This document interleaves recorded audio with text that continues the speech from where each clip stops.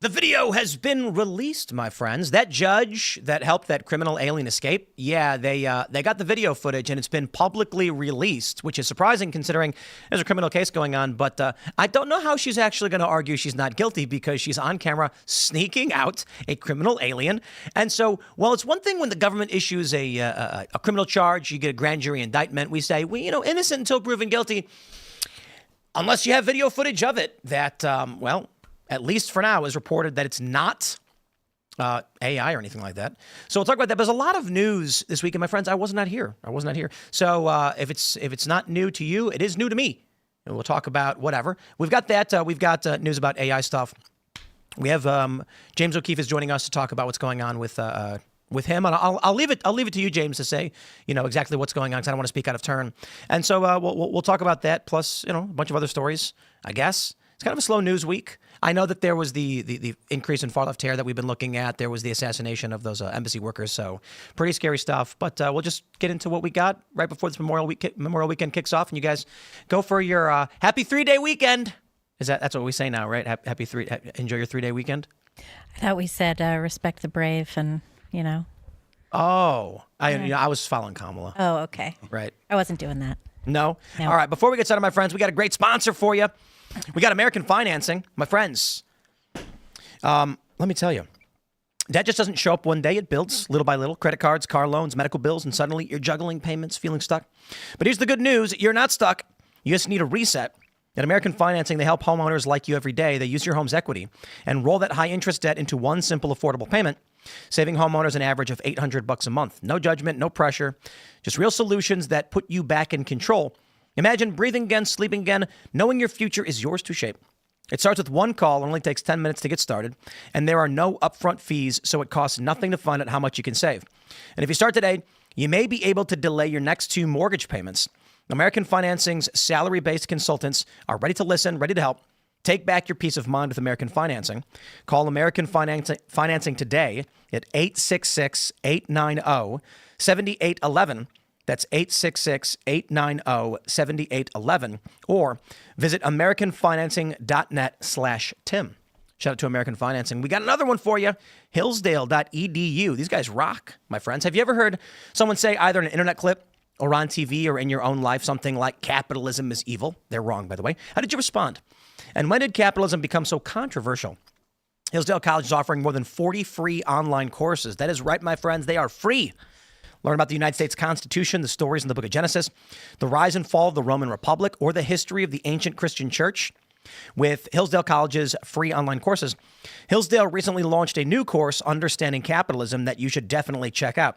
In 7 lectures, you'll learn about the role of profit and loss, how human nature plays a role in our economic system, why capitalism depends on private property rights, the rule of law, and above all, freedom, and why capitalism is ultimately a system that encourages morality rather than undermines it. Go right now to hillsdale.edu/Tim to enroll in this course, Understanding Capitalism. There's no cost. It's easy to get started. That's hillsdale.edu/Tim to enroll for free. Definitely check that out. Don't forget to also smash the like button, share the show with everyone you know. And we got a couple of guests joining us. I already mentioned James is here, but we do have another individual joining us to hang out. We got Damani Felder. Tim, thanks for having me. It's good to be here. Who are you? What do you do? So I'm a digital content creator from the North Houston area. I started lending my voice to the political space almost 10 years ago now. I started to realize the seismic shift taking place in polite society, and I realized that I had an opportunity to actually lend my voice to the cause and do some good in the world. So I had no idea where to start, but I've been able to build up myself on several platforms, the Damani Felder on X, the Damani Felder on TikTok, Damani Bryant Felder on Facebook, and on YouTube I have a small presence as well. But I'm just here. I'm a pursuer of truth. I'm grateful and honored to be here and looking forward to this conversation. Right on. And of course, the man himself, James O'Keefe. Hello, Tim. Thanks for coming, man. Great to be here. I've got a lot to say, mostly about the events of Epstein and Project Veritas and releasing this film about what happened inside Veritas. Yeah, man. You've been putting out these videos from inside the buildings at Epstein Island. This is the first time anyone's seen any of this stuff. That's correct. Ooh, it's getting crazy. Getting crazy. Well, we definitely got to talk about what's going on with this Veritas stuff because I don't know how much you can say just yet, but you put out a video where the Veritas logo was behind you. Yeah, I want to dive. I want to dive into all that on your show. All right, we will. We will. And Libby's hanging out. I'm Libby Emmons. I'm here hanging out. Glad to be here with you guys. We'll just get started with some light news before we get into the heavy stuff, I suppose. We have this story from the New York Post, which I found particularly interesting. Wisconsin Judge Hannah Dugan seen sneaking illegal migrant out of court after distracting ICE agents, new video shows. So this video, contentious, I suppose. Democrats are arguing that Trump's going after his political opponents. But here you go. Here's just, you can watch. Quote, despite having been advised of the administrative warrant for the arrest of Flores Ruiz, Judge Dugan escorted Flores Ruiz and his counsel out of the, quote, jury door, not open to the public. In the video, it appears one federal agent hangs back in the hallway and followed Flores Ruiz onto an elevator. Whoa. And then they pursued him. And he ran off. So, I don't know. I thought this was interesting because now we're officially in the we know for a fact she did it territory. Allegations at this point are now facts, I suppose. She was indicted by a federal grand jury. True. And that's why I'm saying I think the video is more important because an indictment is a, hey, guys, innocent until proven guilty. I think video puts it beyond a reasonable doubt as far as I'm concerned. And we see her actually doing it. Her argument is she's immune from prosecution. Yeah, that's not true when you break the law. I don't think you're immune from prosecution when you're a judge who's... Now, what's amazing about this, too, is he was in court on domestic violence charges, and the victims, waiting for their own justice, just sat there and watched as he was walked out of court through the jury door, non-public door. And then, like the video shows, you had an agent going down in the elevator with him, and then they actually had to engage in a foot chase. So she put law enforcement at danger as well. What's going on in this country right now? Right? So with stories like this, the lawlessness has reached the highest levels of state governments, the federal government with the Biden DOJ going after people. This is just another example of the lawlessness. James, you were targeted by the Biden DOJ. And then what happens? I think you won in the end, or how did that Well, since I was on your show last, the FBI dropped the case in February, March or so. They gave me back my phones, but they released the affidavit, the probable cause. That was when you get a search warrant, you have to release the probable cause. They redacted every single word of the probable cause. It's a big black lines. And so, I think what's happening is institutions have become systemically corrupt at all levels. And people say, oh, call Cash, call Pam. It's like I'm supposed to call the number one person at the top of the entire pyramid to have any semblance of justice. That's how you know the system's really broken, when everyone's solution is to do that. And I think people need to understand that even if Cash, Pam, or Dan are at the top, they're still looking down at this entire field of corruption. Of bureaucracy and corruption. Absolutely. And so the corruption's entrenched, and we'll utilize the bureaucracy to make sure that they don't have to move. Correct. And even if you're an incredibly ethical and moral leader, you can't be on top of that entrenched bureaucracy and corruption. But this is great because you have her on video. This is what we talk about at O'Keefe Media Group. Incontrovertible evidence, not circumstantial evidence or hearsay, but she's actually on video doing it. Right. So, I was obviously out for the past few days, but I was still following the news, of course. And then I'm riding in a car when I hear about these Israeli staffers who were shot and killed. And the story that's since come out with the details is substantially worse than the initial reporting, right? That the guy, as the young woman is crawling away to try and escape, he's shooting her. Then he reloads while screaming. He reloads and keeps shooting her. Yeah. And, to me, it feels like, just Jesse Waters called it Summer of Love 2.0 already because of the amount of violence we've already had. It's not even summer yet. And we've had, with the Tesla fire bombs, we had, to be fair, the assassination was last year.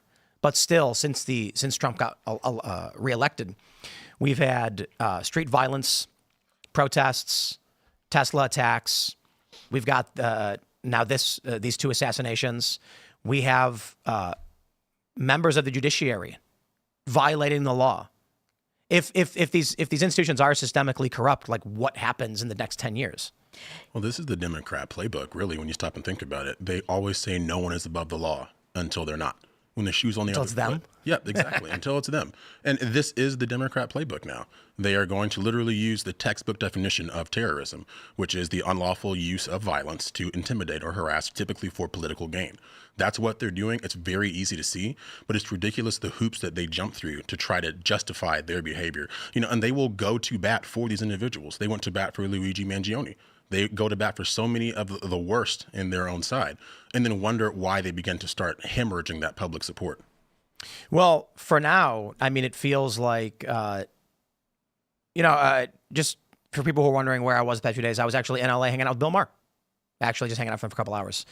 Flew out. It's nuts flying to LA. So it's one whole day to get there because you lose hours. I land, I go to bed.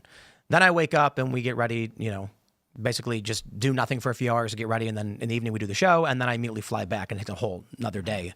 But, talking with him about these things, the one thing that he agreed with me, and I guess the episode's coming out on the weekend, I don't know when, is that the only, I've said this quite a bit, what makes you left or right is not what policies you want, but what you believe is true, to which he agreed. And he obviously thinks things that are not true, in my opinion, and I told him that. And, he was all right. It was cool. It wasn't super contentious. But the issue that I see is, as this hyperpolarization continues, you've got judges who believe they're justified in going after people because those people are evil. You've got, James, you are the example I use when it comes to media like Wikipedia in fabricating reality to attack someone on ideological grounds. And in 10 years, the boomers who are more chill and like, we don't want to fight, and they're largely the people who have the view like, no one wants to fight. There's not going to be any conflicts. Not going to happen. The younger generations are like Hassan, watching Hassan Piker, who, gets as close as you can to calls for violence without directly telling people to do it. And now we can see what happens when that culture and that rhetoric expands. Is it going to stop? Well, we did have in 2020, there wasn't that much gun violence. There were 2 teenagers shot in the autonomous zone. There was Aaron Danielson shot in Seattle by the Antifa guy, Michael Reinl. There was another gentleman who actually shot himself. There was David Dorn, who was killed. There were 31 people killed altogether in violence that summer. But we didn't see, other than Aaron Danielson, we didn't see like direct execution style shooting, I think. So that is a new development in the leftist playbook. I think they're only going to get more and more bold. They're grasping at straws for something to rally around. They desperately need some sort of martyr to coalesce their base around. They had George Floyd in 2020, and they've had other individuals in the most recent years. But now it seems they're in an identity crisis mode. They need to find something to hang their hat on and do it quickly. Do you think it's going to be this Palestinian thing? It very well might be. It depends on how long it plays out, because obviously we know that attention spans are not what they used to be. So who knows if what we're talking about today they're cheering for happens tomorrow. Mm-hmm. They're cheering for it and calling for more. There's already several prominent thought leaders, whatever you want to call them, on the left who are saying that they're happy with what happened. And people should expect more. And they're saying as much as they can without telling someone to go and do it. Yep. So if the attitude is largely of these prominent individuals, you see what you get. Same thing they said after October 7th. And again, I don't care about, the U.S. should not be involved in whatever it is that Israel's involved in. I don't care about that. But people have lost their minds over this issue. If right now the left is clapping and cheering and celebrating this, and they are, not literally everybody, there's going to be a bunch of liberals and moderates who are like, we don't want anything to do with this. But the principal youth left, the progressives, they're happy about it. Well, and you had the New York Times come out with an article saying pro-Palestinian movement faces an uncertain path after DC attack. Wow. Like, that's their takeaway. That's what the New York Times is worried about. They're worried about the success of this movement after that. And you have another part of this movement, Unity of Fields, posted on X, and they're one of the groups that is involved with the campus protests, from what I understand. And they said the people actually paying the price are Palestinians facing genocide, et cetera, et cetera. Elias Rodriguez is now a political prisoner, and the people defending him the hardest, like us, are also facing repression. He literally went out into the street and executed people, one of whom is an American girl from Kansas. And it's in service to what, a dispute in a foreign nation about borders? Like, what does that have to do with anything? And now we have the Intifada globalized on the streets of our nation's capital. That has got to come to an end. We can't have that. So look, The big issue, I suppose, culturally, the narrative that's come out is Hassan Piker is to blame for this. He's one of the most prominent leftist streamers, if not the most prominent. And you had on CNN, the guy from ADL saying, don't platform people like him. You've had other people now surfacing clips from Hassan where he's saying, as much as you can without telling people to actually do it.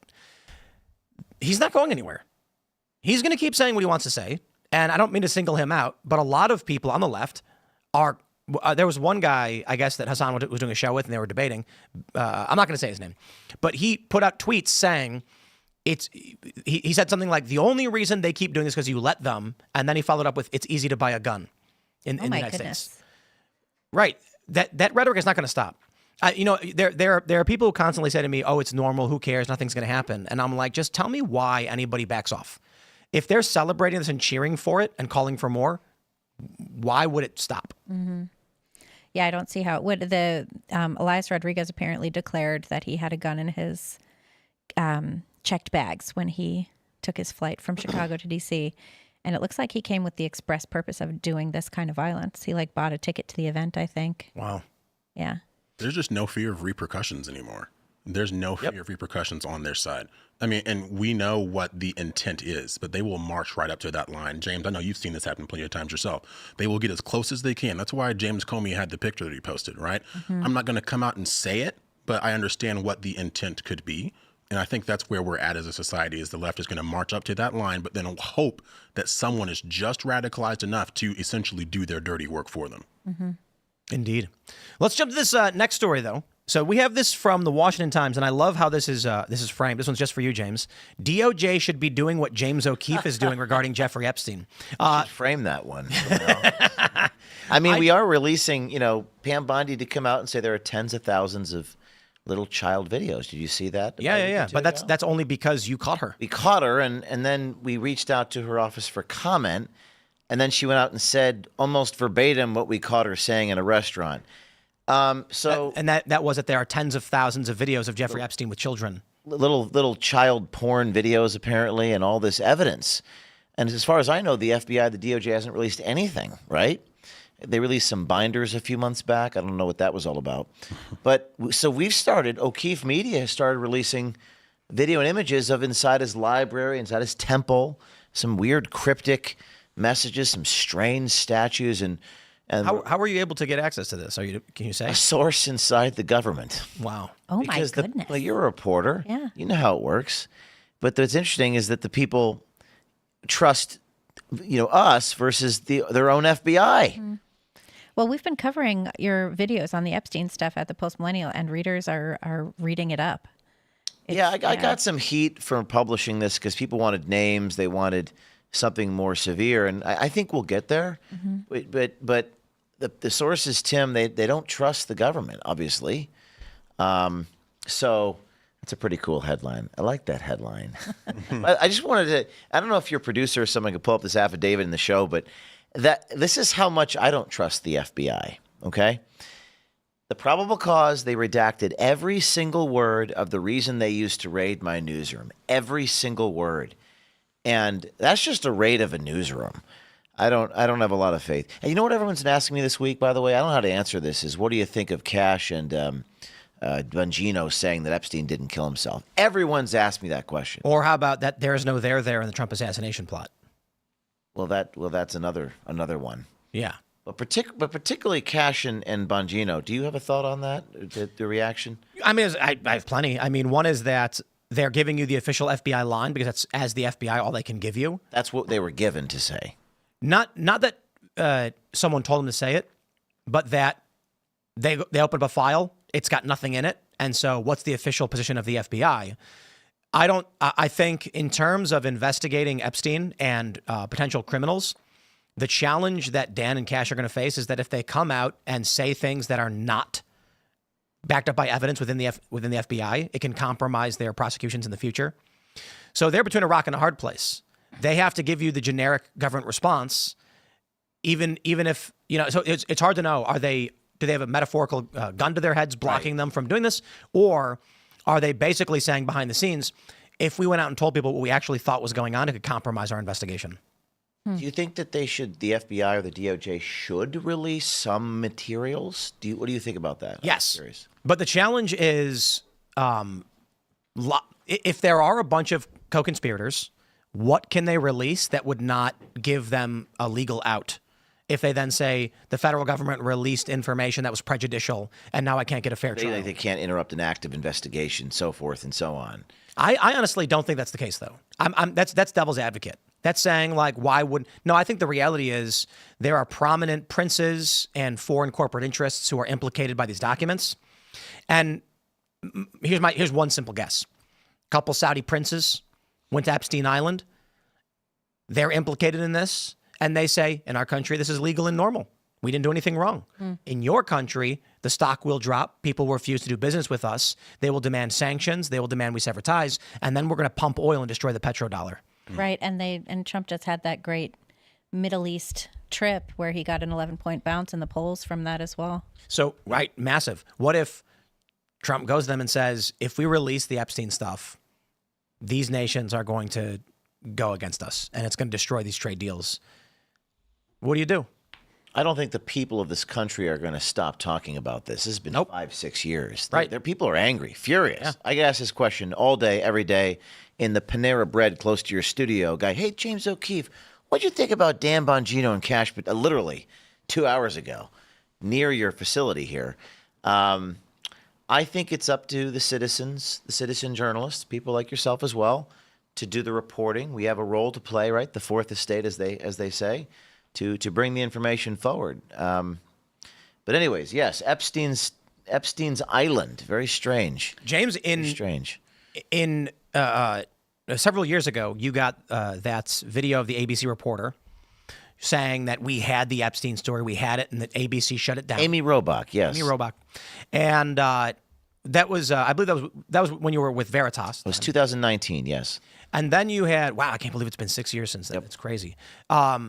You know, I just got to say, it's now been, let's just be fair, 4 months. So we got to give them time, I suppose. I don't feel good about what Cash and Dan are saying. What do you think the probability if Kamala Harris was the president of the United States that someone like me would have been indicted by now? 2 seconds. Two seconds. What's the over-under? Now the devil advocate to that is it takes time to build a case. We don't want fake raids. We don't want, but it does raise questions. No one's held accountable for anything. I'm held accountable. I've been arrested, raided, sued, audited. I'm held accountable, and I'm a reporter. So why isn't anybody held accountable for anything? Well, to be fair, I don't think they're holding you to account. What's that? They're not holding you accountable. The powers that be. They're not holding you accountable. They're attacking you. Well, there's an overlap. Because when they raided me, they leaked all my messages to various. The idea that you're being held accountable would imply that you did something wrong. Well, it means that if that I've done nothing wrong because evidently they don't have anything on me. But I get your point. Yeah. But I mean, in America, we believe in this right to a speedy trial. That justice, there's a speed to justice. Going back to your original question when you started your show, I think. When you believe justice is based upon what people believe versus reality, what is true, that's when you risk losing your mind. When there's no justice, when there's no equality before the law, when the judge is breaking the law, that's when you start losing your mind. And I hope that we're wrong about that. I hope that there is justice. I think the people of this country have no faith in the system. And I've been accused of things I haven't done, Tim. It's like hell on earth when you're falsely accused of a felony. I mean, with January 6th, people were falsely accused. At least there was a colorable crime. In my case with the diary, it was like, are you kidding me? Were you talking about something like the other day, the trial tax? Yeah. Yeah, that's like what they were trying to put James through. The force you into a trial. No, the trial tax is if someone commits a crime, the prosecutors say, we want you to take a plea bargain and go away. If you don't, we will seek a greater penalty. I see. Okay. And it's called the trial tax, meaning you pay more if you ask for a jury trial. The argument they give is you clearly are not remorseful for your crime, so you need greater punishment. Right. Gotcha. But these, I'm going to say it first, and I'm curious what you guys think. I do not believe Dan and Cash will arrest any of the corrupt Democrats or officials who attacked Trump. Why not? I think it's too politically terrifying. It's scary. It's very scary. So they're scared. Yeah. Scared of what? It's fascinating because Dan gave up so much for this position that it's hard to believe that he, of all people, would be scared. But I think there is a beast for whose belly we do not know what is inside of. And it's easy to say on the outside there's nothing to fear. But I don't know, man. I'm curious what it is that they fear. That's an interesting point. There's a really easy one. A guy shows up to your office with a picture of your daughter and a man standing behind her and says, "You will do nothing to upset us." Interesting. And then they just go, "Uh-oh, what do I do?" And they were like, "We have more power than you could imagine. You will not put us in prison. You will not come after us." And it could be some fat bureaucrat being like, "We will, like, you have seen what we've tried to do. What do you think we're capable of doing that you are not?" Do you think they put everyone in a SCIF, a secure compartmentalized information facility, and when they get in the office up there and they show the film of the Zapruder, JFK getting shot, and they say, "You better do what we say"? I think it's, the way I've explained it is Trump gets elected and then they're like, "Mr. President, you have a 1 o'clock meeting with, CIA." And he's like, "Okay." The guy walks in and goes, "Mr. President, it's a pleasure to meet you." And he pulls out a manila folder. It's flat. And he opens it up with a single picture of JFK and slides it across the table and says, "Thank you for your time," and walks out. Something like that. Yep. I feel like there's so much frustration from a lot of people on the right because we've known a lot of information for quite some time now. We were talking about a news story from 6 years ago.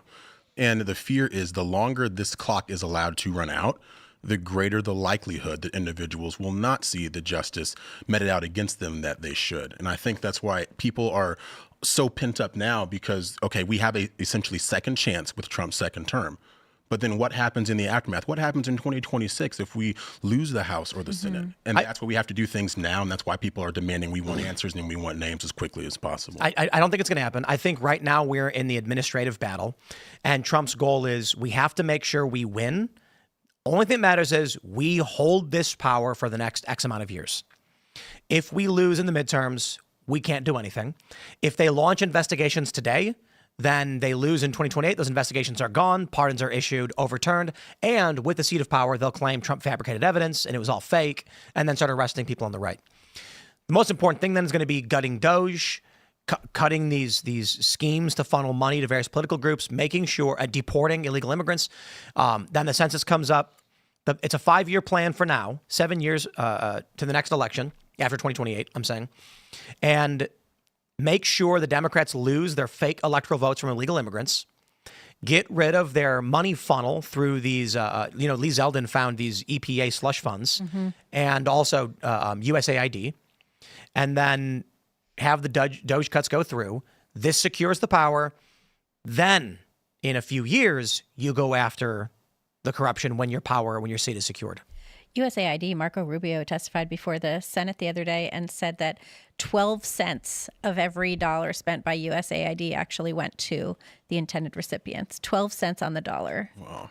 That's craziness. I think they were largely using that in the EPA slush fund to help get Democrats elected. Plus the U.S. Institutes for Peace, they were taking their whatever they had left over in their budget and putting it into an account just for themselves. And they had $13 million of taxpayer money in that account, and they were using it for flights and whatever else they felt like spending it on. So people that join these agencies and go to D.C., do they really, most of them, I mean, the vast majority of them don't seem to care about the mission. They just want to have power and the sinecure. Money. I mean, these jobs, it's hard to get fired. Look, I mean, as soon as the government tries to fire you, you bring it to a judge and the judge is like, give this guy his job back. You can just have this job, get your raises, work from home, do whatever, take trips on the taxpayer dime, and your job is protected. You know, these government unions they have a stronghold as well. They put the judges in for this purpose. That's right. That's what they did. They have created an entrenched bureaucracy. Yeah, Biden appointed but people in D.C., dozens of they just want power, most of them, right? Either that or they just want to be left alone. So doing the right thing often is anathema or runs contrary. Like, I'm really interested in your point about fear. What are they afraid of? Dan Bongino? Like, we need Dan Bongino or Kash Patel to be whistleblowers. They need to tell the absolute truth, don't they? Well, I think I don't think Kash has kids. I don't know. He might, does he? I'm not sure. I know Dan does, doesn't he? I think This is the easiest path to. I think he has a daughter. Yeah. The easiest path. It's just like that book, Tales of an Economic Hitman. They go to countries and say, "We'll make you rich beyond your wildest dreams." The leader says, "Not interested." They say, "Okay." Then they say, "We're going to fund your opposition." He blocks them and say, "Okay, you still win. We're going to come and get you." And then they go in for the assassinations. For an individual, they'll come to you and say, "We'll make you rich. We'll make you rich beyond your wildest dreams." You say no.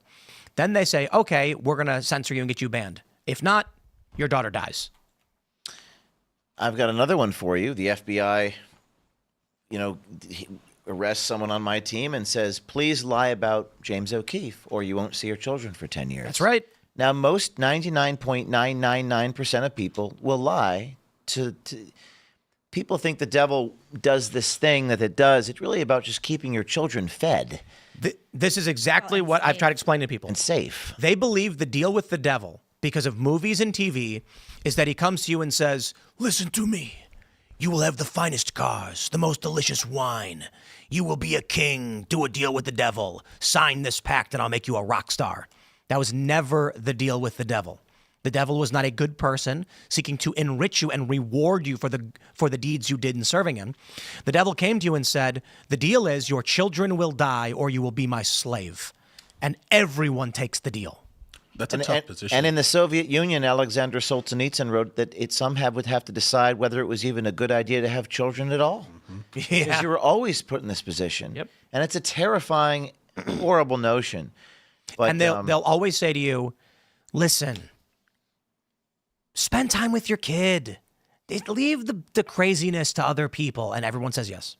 Well, and then everyone says that they're resigning to spend more time with their family. Yep. That's right. They appeal to those base instincts. And then the sociopaths who don't care about family and think they're smarter, better, and all the other things are like, this is an easy game.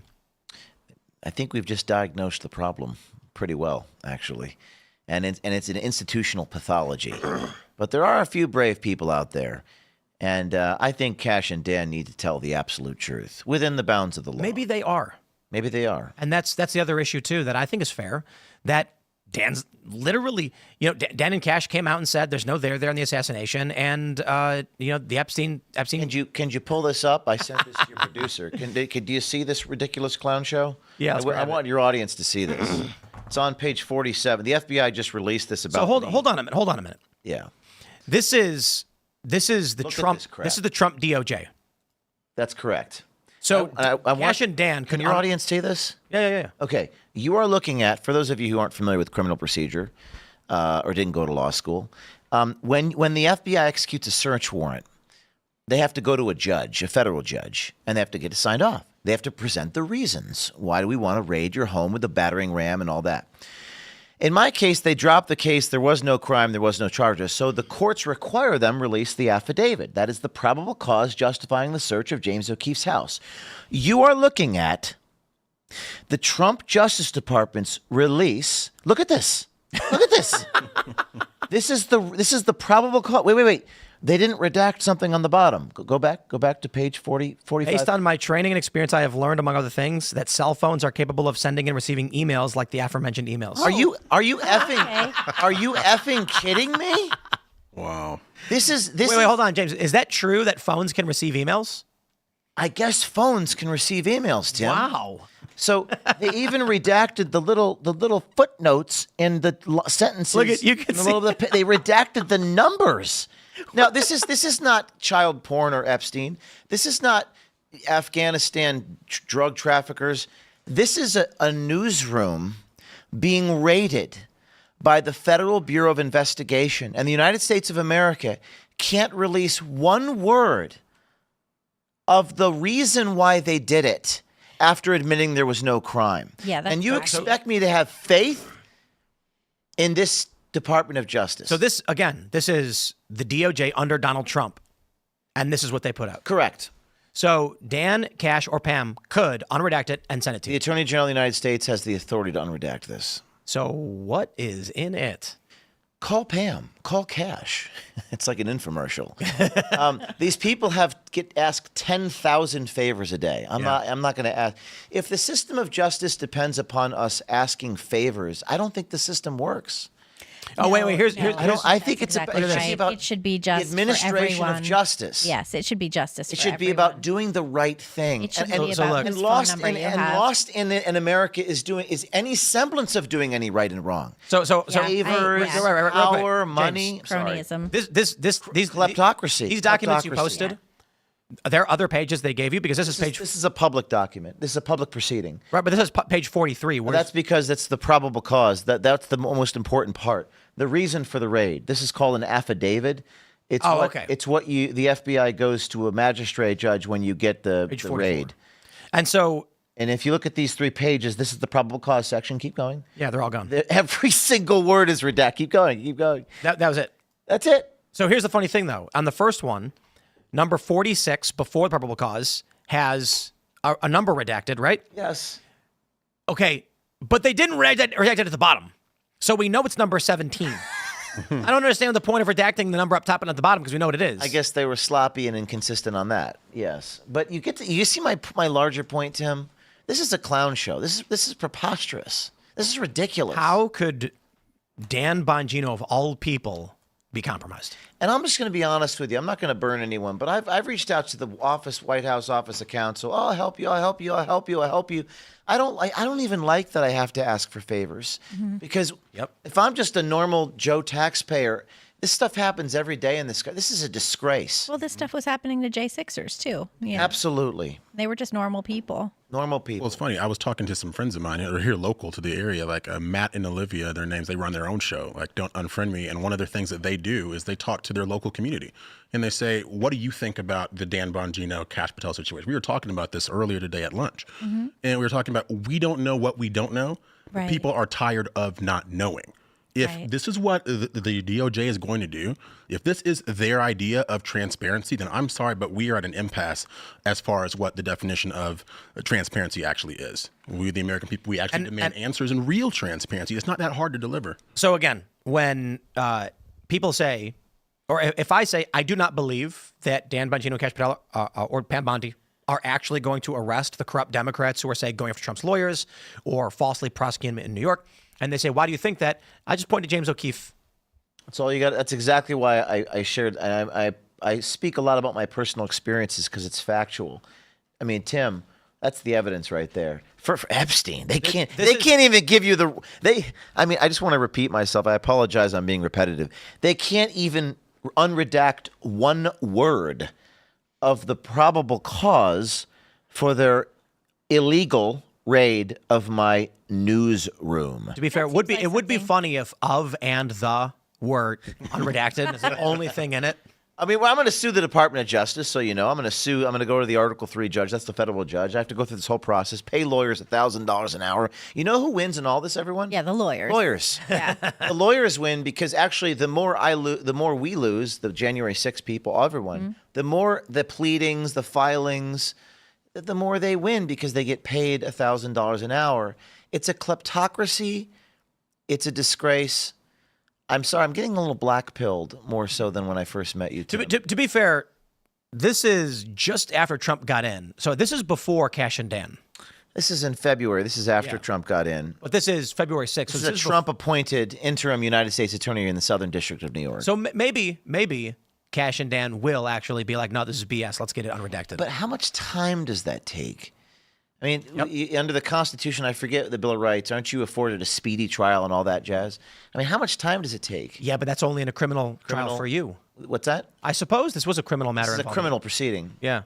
But this goes back to the concept of there being no consequence as of right now for this blatant lawfare, for this partisanship when it comes to these things. I mean, just prime example, swatting has become this new big thing that a lot of people will do to, conservative individuals. Right. I myself, my wife and I, we were living in our home, and next thing you know, this is literally Christmas night in 2023. We have literally a 3-week-old baby, our baby girl. And if y'all both are watching, I love you very much. But we had a knock on the door, and someone had swatted our house. because they know what I do, and I am nowhere near the level that Tim, you, or James are. But it happens all the time. But that only happens because there is no fear of consequence. Correct. And whenever you have that sort of blatant two-tier justice system, whatever you want to call it, people are going to continue to engage in this behavior because there's never any fear of any sort of retribution whatsoever, even when that retribution is justified. I mean, my fear is that in the DOJ we have 3 people: Cash, Dan, and Pam. And we're asking them to deal with a problem of tens of thousands. Maybe it's not possible. I don't know. Yeah, I mean, let's take a look at the initial Epstein stuff, right? If we're to believe everything they've said, Pam Bondi released this letter where she was like, I instructed the FBI to release the Epstein files, and they did not do it. And then because of Whistleblower, I found out New York was withholding information on this. The question then is, why did we only find out about the videos they have because of an undercover video from James O'Keefe? Why wasn't she telling the public? What did you think about that video, Tim? I took some heat for publishing that. I don't dislike or like her. It's not about what I think about the Attorney General, but you felt I should have published that, correct? Yeah, absolutely. I thought I think it's tremendously amazing journalism. I think it shows your integrity. You're not a partisan actor who's going to say, I give free tickets for the right or for the Trump administration. Right. You said, we want the truth on Epstein, and we're going to investigate it regardless of who's in charge. So we did her a little bit of a favor, I suppose, by sending the quote. Journalistically, I actually sent the full quote of what she said in that restaurant to that nanny. So is that a public place? It's kind of quasi-public place. She's telling this to a stranger. That's weird. Yeah, that is weird. Why? A stranger 9 days before she said it publicly. So why? So and it was like the exact same thing.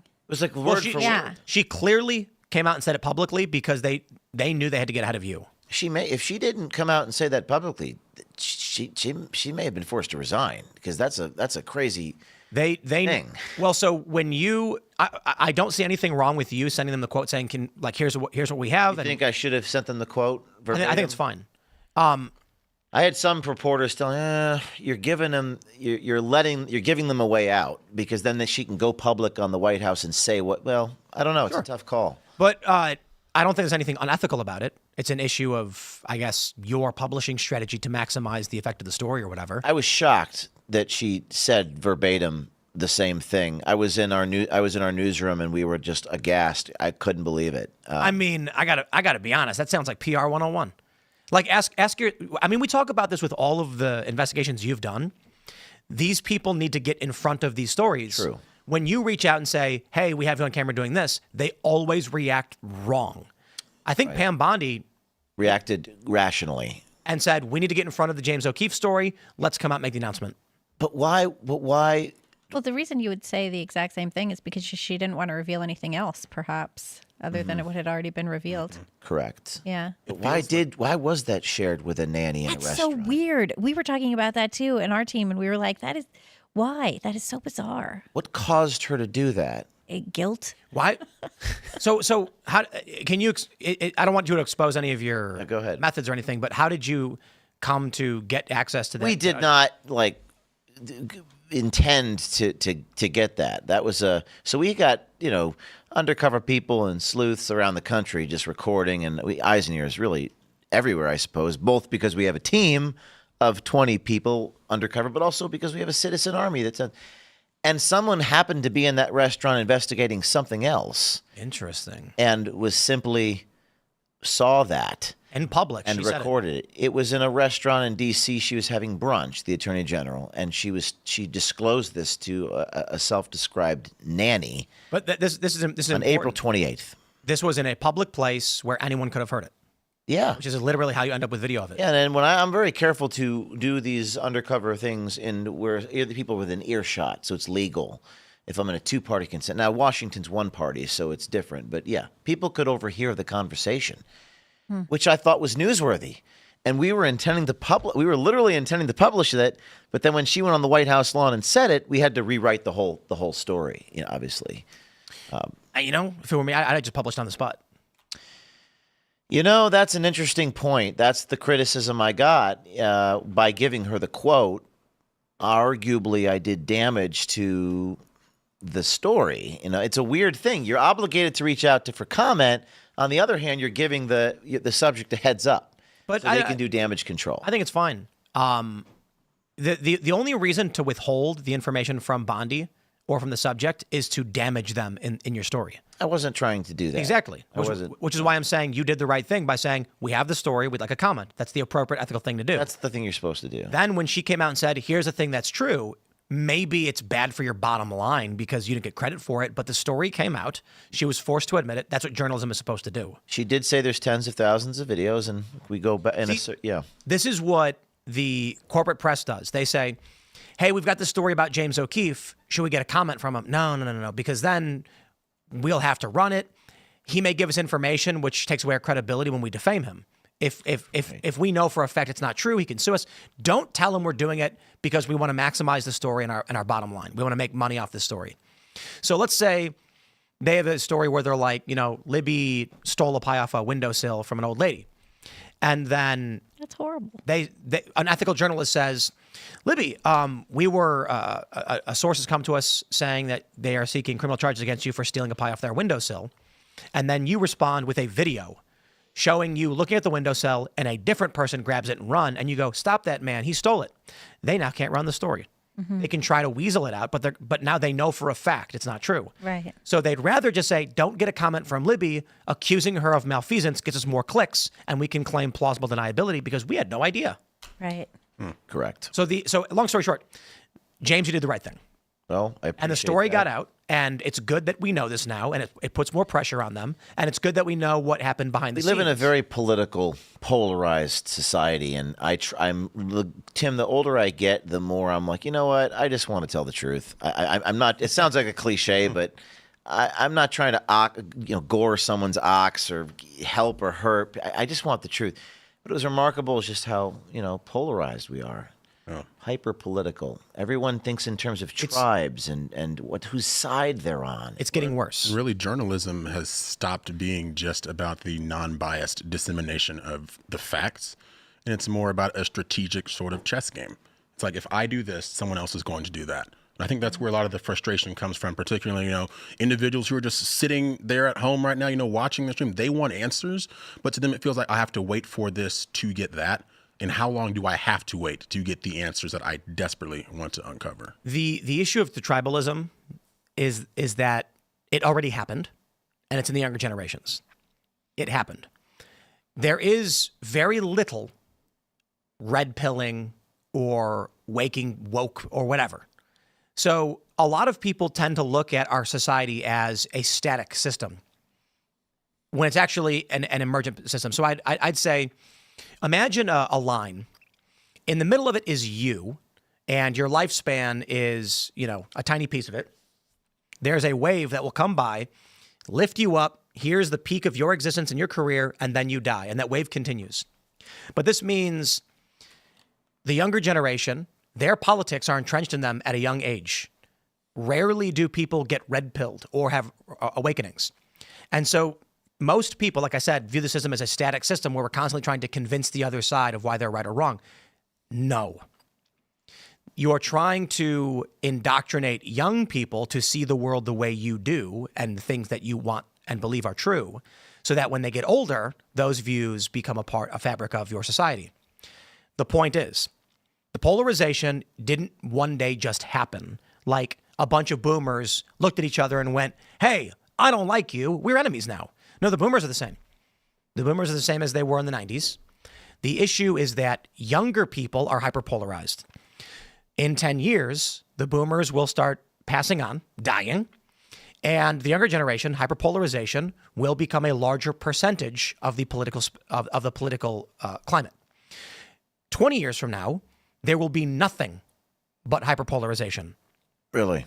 Here's the question. To be fair, there's arguments to either side. One is that Gen Z is moving towards Jesus and conservatism. However, it's largely among males and the females are not. But then the argument I've made is that women, because of their limited time for reproduction, will eventually cave to the demands of men because men don't have those limitations. But there is also that liberals don't have kids. So it may be that this polarization is a blip in the system. And because they don't have children in 20 or 30 years, it's just going to be an overwhelmingly conservative country. Well, my question that I feel like I would have is, while there might not be necessarily the red pilling that many of us are used to or experienced ourselves at some point in time, is there something to be said for the fact that the younger generations are going to be inherently countercultural, that they are going to rebel against whatever they are told is the proper way to think? I don't think that's true. I think that was fabricated by communists. Okay. You think counterculture was a communist fabrication? I think it does happen for various reasons throughout history. I believe this current iteration was largely communist exploitation. And I mean that quite literally. We were in the Cold War, and it is a fact. I mean, if you look at, I can't believe I'm forgetting the guy's name now. Remember that Russian guy who came and did that speech about... Solzhenitsyn? No. Well, he was great too, but there's a guy who's in an interview and everybody shares it in super chats. Oh, yes. I know what you're talking Serge? No. No. The propaganda from the 80s. Yeah. What was his name? Where he said that they're going to come for your institutions, your schools, and they're going to, I don't remember either. But you know what I'm talking about. You just can't remember the guy's name. Yeah. I'm going to wait for the chat because 800 people are going to... Someone's going to say it. Yeah. But what I think happens is, I've heard this quite a bit from Yuri Bezmenov. Yep. It is. Thank you, chat. This is the only reason the show works is because the chat is like a real-time oracle of facts to correct us when we're wrong. So, but anyway, now I forgot what I was talking about. What were we talking about? We were talking about counterculturalism as a communist plot. So for hundreds of years in this country, we didn't have a counterculture. You lived the way your grandparents lived. You would die if you didn't farm. There were some people who were banditos and they would eschew society, but most people for hundreds of years would wake up, tend to the chickens, tend to the crops, go to sleep. Wake up, church day, go to church, hang out with the people. Put on a nice hat. You got to put on a nice hat. Go home. This idea of rebellion wasn't a thing. I believe the idea of rebellion was intentionally injected into our culture through pop culture for the purpose of pulling kids away from their parents to create a machine state. So starting either accidentally, but it could be emergent, maybe not communist, but it could be that Industrial Revolution breeds this because we took children away from their parents, put them in institutionalized learning facilities where they are then told their parents are stupid and wrong. And that's what we see. And the funny thing is, parents only discovered this phenomenon because of COVID, because of the at-home learning through Zoom, and they saw that the teachers telling these children, your parents are evil, stupid, and wrong, and you're actually a boy or you're actually a girl. I believe that if you raise your children the way humans are supposed to, they will be loyal, understanding, intelligent. They will see the world the way you've taught them to see it.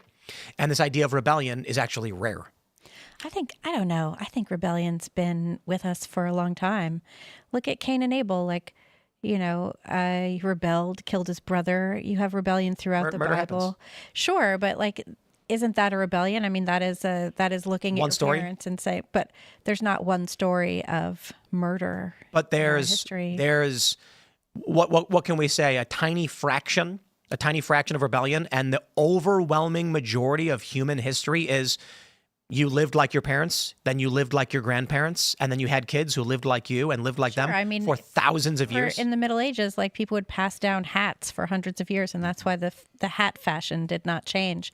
Yep. But you also have so much of our literature is about pushing back against norms. If you look at older stuff than the Industrial Revolution as well, it's in there.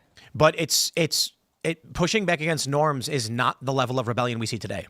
Where conservative parents go to church and their kid comes in and they say that they're pansexual trans kids and communism will win, and the parents are like, where did this come from?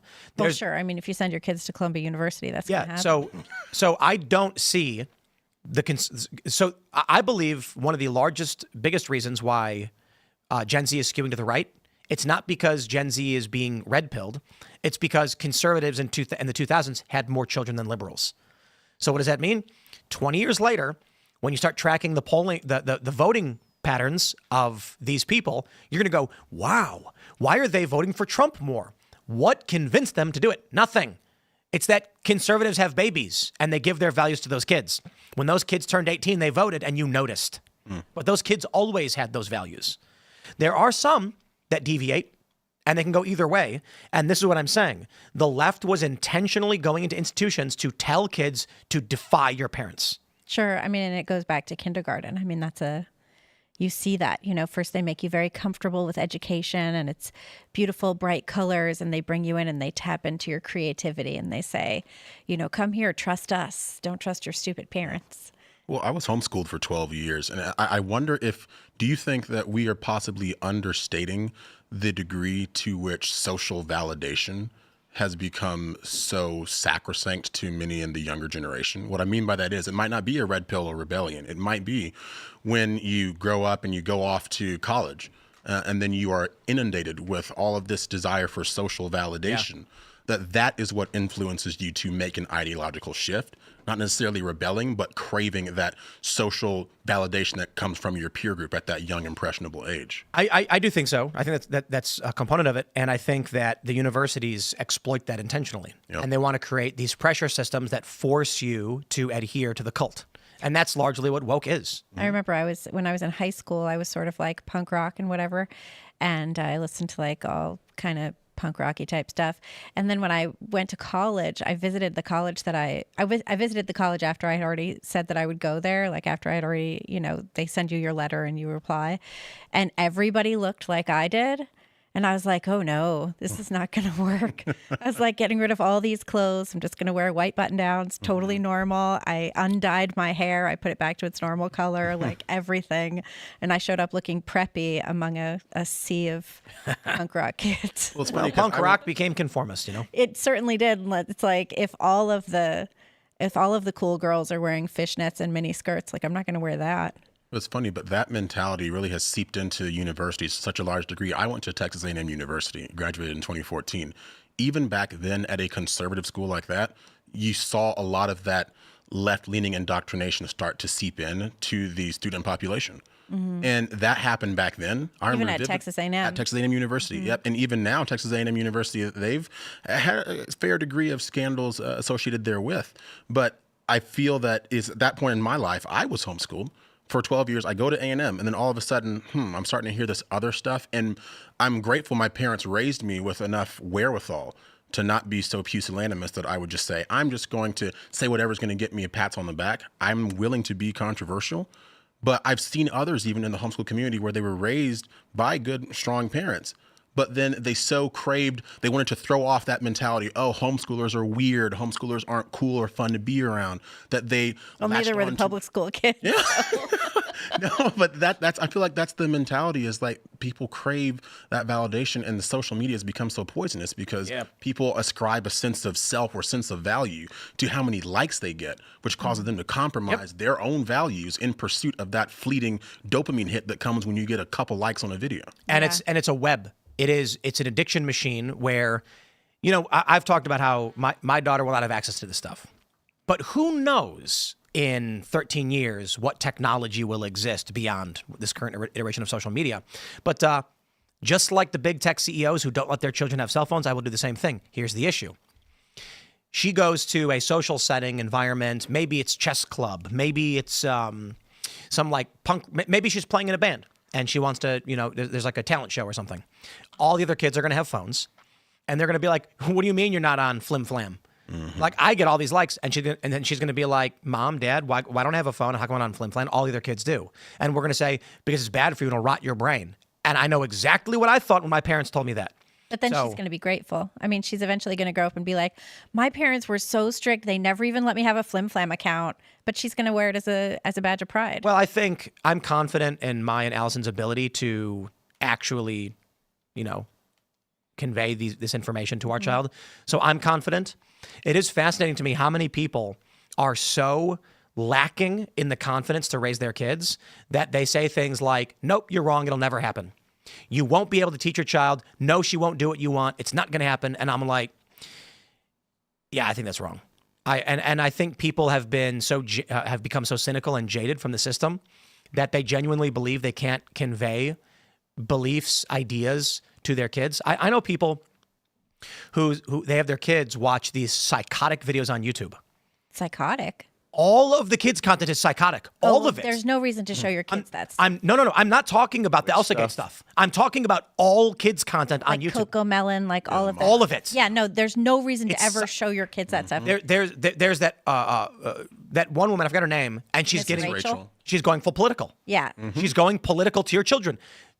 Yeah. What people don't understand is I had one person say, well, my kid just loves it so much. And I said, how do they know it exists? Right. Why did you show it to them? One of the best pieces of parenting advice I ever got was from two of my friends in Brooklyn who said, after my son was born, they were like, never play him kids' music. Yeah. And I was like, I won't. That's Don't. really good. He was like, they were just play him stuff you like, and that way he'll grow up to have good taste.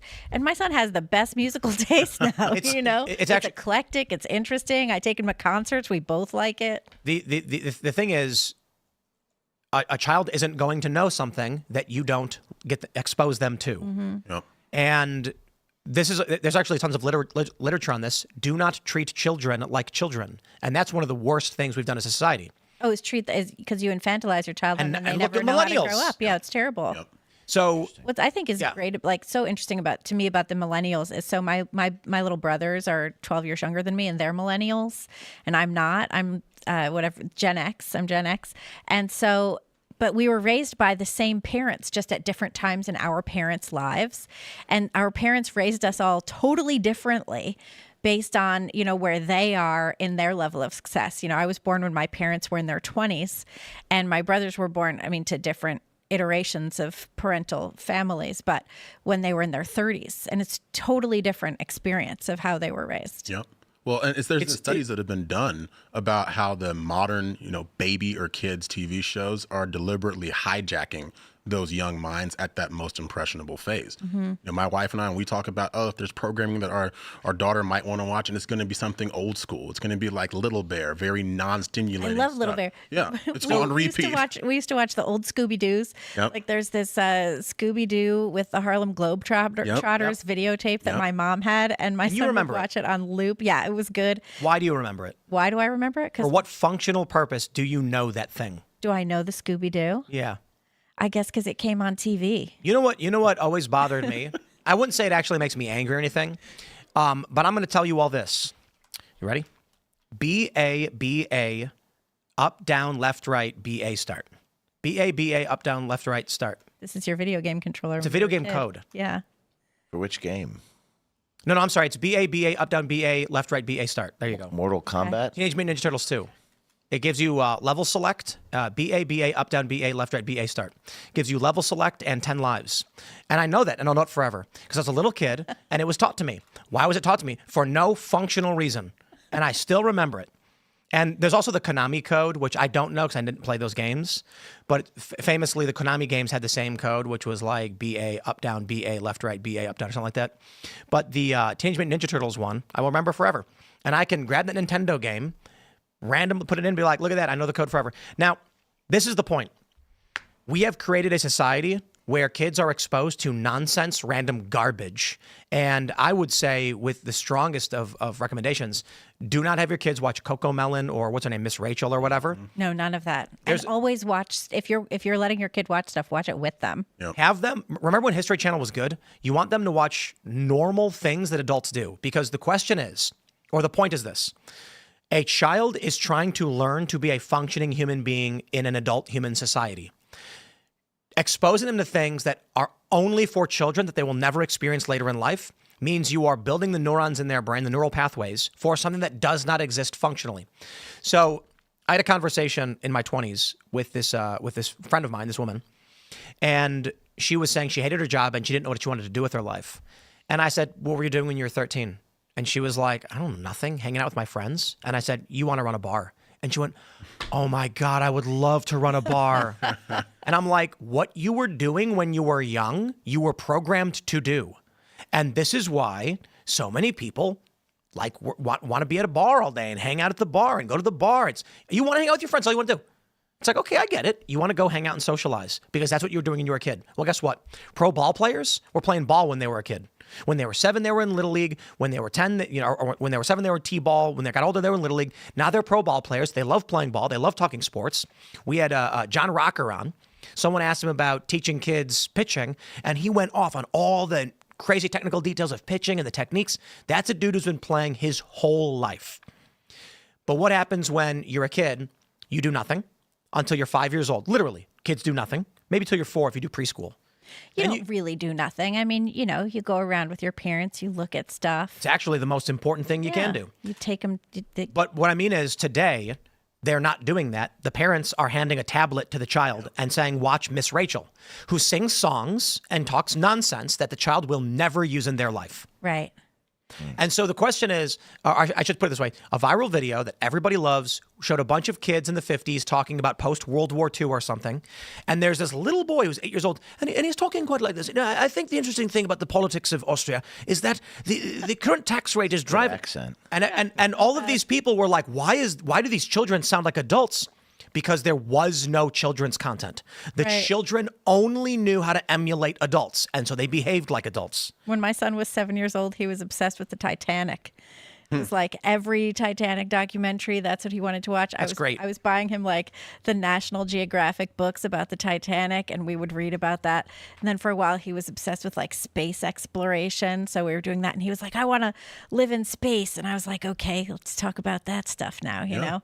It was like, yeah, it's always key to make sure that you're giving your kids stuff that you can tolerate. Because the other thing, too, this is something that I remember Jordan Peterson saying, raise your kid as someone you like to be around. And like, my kid is my favorite person to hang out with. You know, he'll be like, can we do something today, Mom? And I'm like, oh, yay. Hey, let's do whatever you want. It's like there was a Family Guy joke from a recent episode where Stewie's rebelling. He's like, I'm going to play loud music. And so he puts on the Archie's Sugar Sugar. And then Peter comes downstairs and he's like, my only problem with this is the volume. It's too quiet. He turns it up. And I'm like, you know, I'm imagining, I suppose, you come home and the music's blasting and he's playing Zeppelin. No. And you're like, great. You know what he does? He blasts Frank Sinatra, and sometimes the Beatles, and sometimes Steely Dan, sometimes Weezer. Yeah. Ooh, Weezer, I don't know. Well, you know, he likes it. I got tickets to. I'm taking him to. He's not crazy. He doesn't know them that well yet, but I'm taking him to the Pixies this summer. I love that. Wow. Does he listen to Sabrina Carpenter? No. I don't think he knows who that is. He probably does because he goes to school. But I've taken him to Morrissey shows, and I took him to see the Shins, and his dad takes him to the symphony quite a bit. I mean, Wow, that's so he's well-rounded. going to be like the dude in the back of the room with the Kiss shirt on. no, because he wears button downs. Oh. Right now he's doing this Hawaiian shirt thing, but they're all muted. It's like light blue with navy blue sailboats. I want to jump to this story. This one's interesting. We have this from CBN News. Joe Rogan is reportedly attending church consistently. Christian apologist reveals. I don't know what that means, but... Well, it was Wesley Huff. I don't think he's an apologist. I think he's a public Christian. He leads Apologetics Canada. Yes. So I guess that makes him apologist. I guess that makes him like... What does that mean? Like a sect or something. Yeah. I don't really know what that is. I think it literally refers to a sect or something that I wouldn't know. I don't know about it. But he said... Catholic, so, you know. He sat down for a marathon episode of Rogan's podcast in January. He said he and the well-known podcast have had on and off communication since then, adding, I can tell you for a fact that he's attending church, and that has been a consistent thing. I believe it. What I would say, I don't think it's absolutely true. I say that I believe it is possible and probable that Joe Rogan is now attending church regularly because of the people. So I'll put it this way. It means scholar. He's a scholar. So I had a great, as I mentioned before, I was talking with Bill Maher, and I said that I'm not an atheist. I don't consider myself, I'm not a Christian. I don't follow any scriptures or anything like that. I don't like using the word deist because deists believe God doesn't intervene or interact with the universe. So that's very specific. I'm like, no, I think there's a God. I just don't know much else. Like a non-interventionist God perspective. Yeah, I don't think that. And he's famously atheist. But I mentioned to him that you're losing. And you know why is this happening? You know, he's the guy who, I mean, atheism was getting so big in the 2000s. Sure. I mean, it started with, it started for a long time, but you also had the existentialist movement, which became the post-structuralist movement and became the standard of academic intellectuals. And then that pervaded everything. That pervaded all the academic institutions, all the teaching programs, all of the, leftist political realms. I think for someone like Joe, much like for someone like me, it's easy to be an atheist when you're only surrounded by liberals and you don't actually hear logical arguments. And for someone like Bill Maher, for instance, I think if you talk to a regular run-of-the-mill guy in the street about theology, I don't think he's going to have great answers for you. And you're probably going to be like, okay, what you believe doesn't make sense. But if you talk to a theologian who's sat through the science, the literature, the religious texts, and then has a cohesive worldview, they can very logically break down. And I've had those conversations. So again, I don't follow scripture or anything. My point is, for Joe, what happens? Liberals don't come on the show. Conservatives do. He's now being exposed largely to the highest level of religious and faith-based thinkers. Joe's not bumping into random schlubs in the street who are like, I don't know, I just think it's true. He's sitting down with Jordan Peterson, who's going to say a bunch of weird, crazy things. He's sitting down with prominent theologists, thinkers, and otherwise. And so I think it's very likely that someone like him is going to be like, oh, wow, I didn't consider that. Maybe you're right. And then go to church. Yeah, I came back to faith after years of thinking I was an atheist. And then I realized I was actually grieving the loss of faith, and I could no longer stare into the black void of nothingness. And I was like, oh, I guess I better go back to church. It's been a minute. Well, there's an interesting intersection between many members of the faith community, myself included, and how much our worldview is tied to that hope of a future. Mm-hmm. If you truly believe that all there is what we have here on this, literally at some points, God-forsaken earth, then I can understand why there's so many people who are far radical left who will denounce any notion of there being a higher power. So for them, this has to be all there is. So basically anarchy should rule, chaos should reign supreme because there's nothing else to look forward to. But, right. I believe the Bible says, be ready to give an answer for the hope that lies within you. So if I'm ready with that answer, that just transcends even religion. It goes even back to my discussions with people on politics. I have to be ready. Tim has to be ready. James, you have to be ready. We all have to be ready to give an answer for what we believe. Mm-hmm. And that ties and intersects sometimes with our faith. And when it does, it's a beautiful thing. I agree. Yeah. Yeah. That's true. But this is just part of a bigger trend in more and more people are going to church. It's like the church revival, I guess. Also, churches have been getting, like, I used to go to a church in Brooklyn that was just it was a sad church. I really liked the priest. I liked the people that I knew there, but it was an aging church. And the church I go to now in West Virginia, there's babies and there's families, and what do they say about church? If it ain't crying, it's dying, And so I love it. And the kid will look at you over the pew and be like, it's life affirming and good, how it should be. I look at it like, what Alice and I have talked about it. What do we want for our daughter? And we're lapsed Catholics, and we don't. You should come to my church. We don't follow scripture or anything, but we do understand that the teachings of the church are good, and we're good for us. There's just a difference between understanding the logical good that comes from this belief structure and actually believing in the faith, and we don't have that. But then it's an issue of I don't want to go to church for that reason. It feels disingenuous, but at the same time, we really don't want our daughter to grow up influenced by these other lunatics. Mm-hmm. And the other thing too is of course you should go even if you don't believe. The Catholic Church is full of opportunities for doubt and for that doubt to be allayed. Look at Thomas. Thomas still was there, and he was super tight with Jesus, even though he was like, I don't think you were raised from the dead. Show me your hands.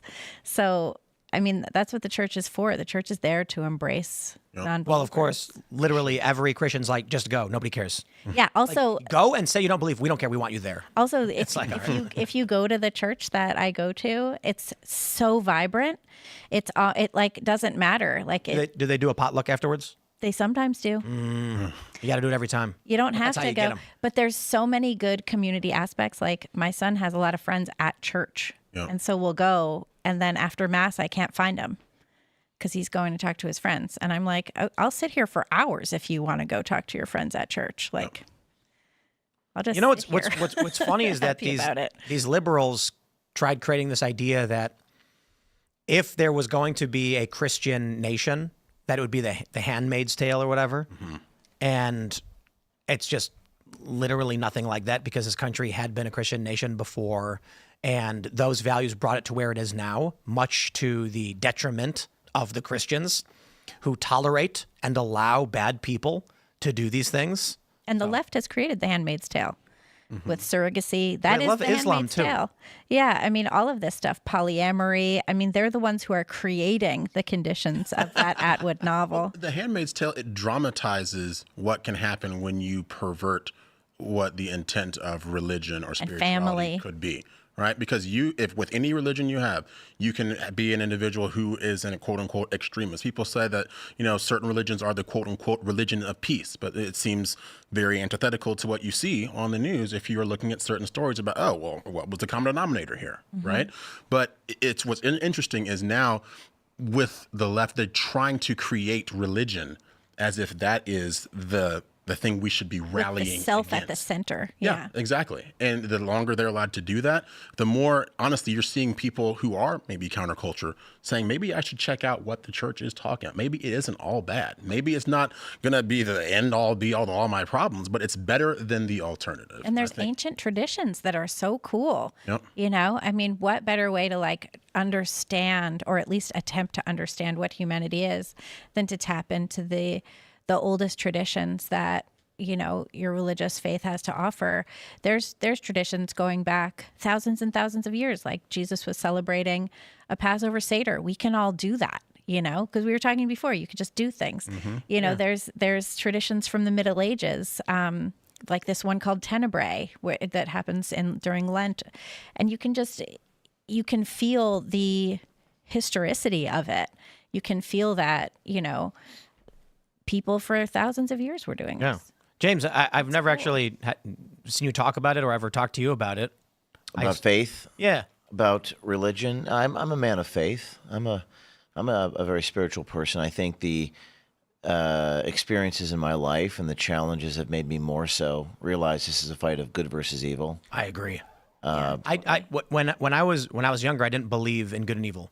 I thought that it was competing interests, largely believing that they were correct and morally justified. And that was very naive to think. And you get older, and then you just start to question why some people are just possessed. It's just demonic. It's a demonic, the experiences I've been faced with, and I've realized this is a spiritual war, and it's a story of original sin. And it's actually, what they don't tell you is the evil is actually within us.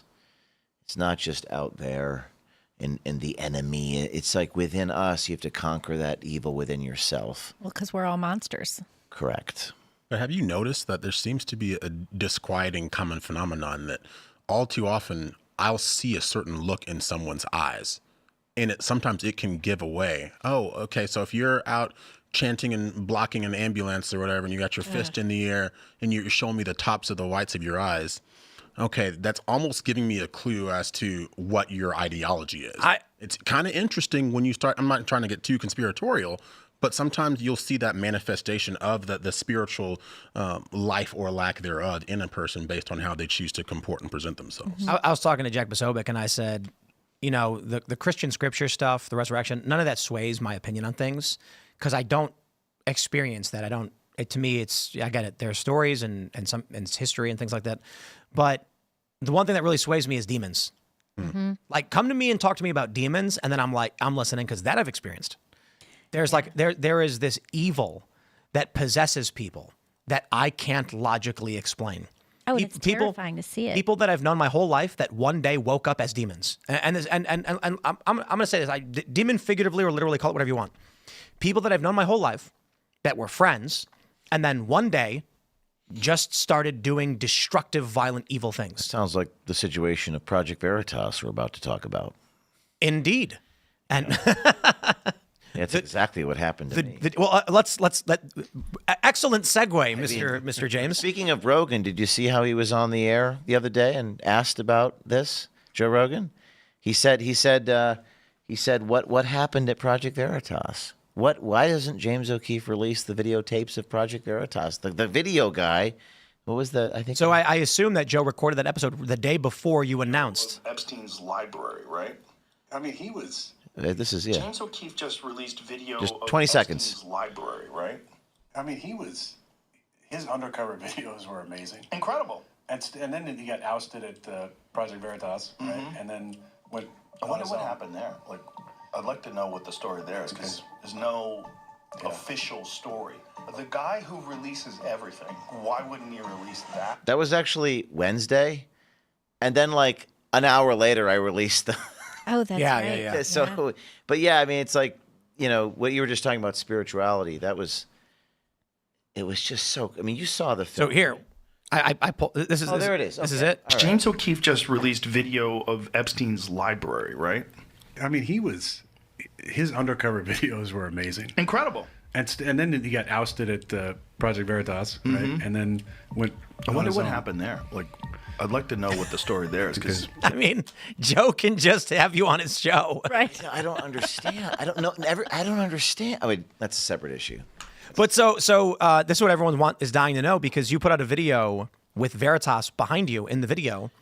Yeah, and that's why that's what I'm on your show here, Tim, to talk about. I released a movie about, it's called The Truth Inside Project Veritas, The Truth Inside the Truth. And there's a 12-minute video online that takes you through some of the examples, and there's a 54-minute long film, and you get to see inside that boardroom. You've reported on this extensively at Post Millennial. Yeah, we you've did. done dozens of articles about. So people that you thought were your friends one day woke up as demons and said, "We're going to destroy everything that James has built." Yes, and you might, and there are so many questions. Rogan is asking questions. Everyone had questions about why did this happen, how did this happen. So there's newly released deposition videos, Tim, from federal court of these board members talking about their conflicts of interest, talking about how they wanted to harm me. The actual board meeting video has now been released, where you see people talking about stealing pregnant women's sandwiches. The pregnant woman now denies this ever happened.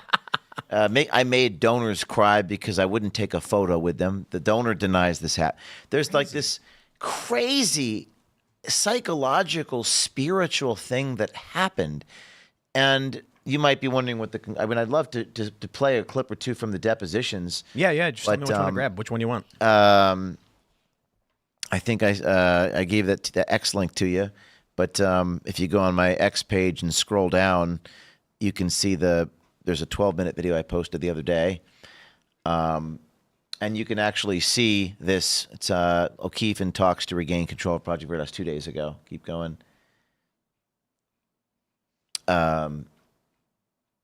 Keep going. There it is right there. This one right here? Yeah, if you just want to scroll through when you see the deposition clips, you're going to scroll through. There's a guy named George Skakel. Keep going. There it is. So if you just play some of these clips from this deposition. Admitted, under oath, the company's, quote, could be sold to a big pharmaceutical like Pfizer. 3 of the 4 companies you've invested in, you would consider to be in the medical field. Heterogen could be sold to a big pharma. Like Pfizer.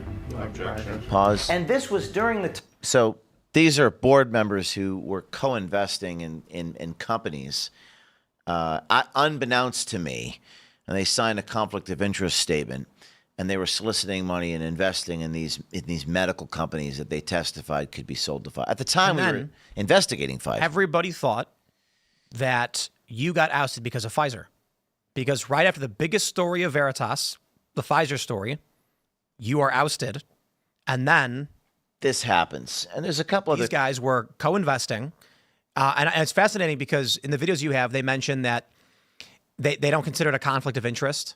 Mm-hmm. He's wishy-washy as to when he started making these investments. Right. And so the narrative looks to be what everyone thought it was.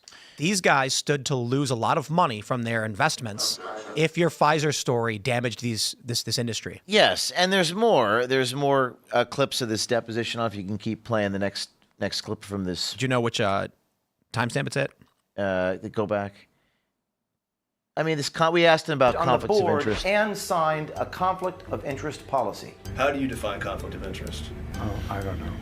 Give me a dictionary and I'll read you the definition. Now, So I'm announcing it. So we released. There's so many clips to show it. If you scroll down, I'm confronting this guy. Keeps going. I'm like ambushing this guy outside of his house. And you'll get to see kind of the nature of this individual. Oh, you know what? I think we have the timestamps written down, I think. I think that's from the actual film. Oh, okay. The long right. film. If you want to. There it is. Go back. Go back to me. This is me talking to one of the board members of Project Veritas. When you were on my board, did you disclose that you had investments in these medical companies? At the time I was on your board, I didn't. When did you begin investing in Matt Tierman's companies? A few years ago. While you were on the board? Yes, I think I was on the board then. I want to talk about your investments in I want to medical talk companies. about you. Is it all about money? Too bad you can't afford that. Indefinitely. So he points to his mansion and says you can't afford anybody. It says so much about his character. That really does. That's sort of wild, as though like this is what meaning is all about. If you could scroll back in the video to, there's a scene of a black screen and the subtitle are talking about me taking black cars. Go back a few minutes. I love the cringe attempts at claiming that you did anything wrong by using vehicles. But you got to listen to it so you can hear what the guy says, because it really cuts to what we're. Go back. It's this scene of it's audio only, but it's just there. It is the beginning of the scene. Barry Hinckley. Go back until that begins. This is one of the executives of the company. It's a little hard to hear over the. Well, you can see it, and he says, I should.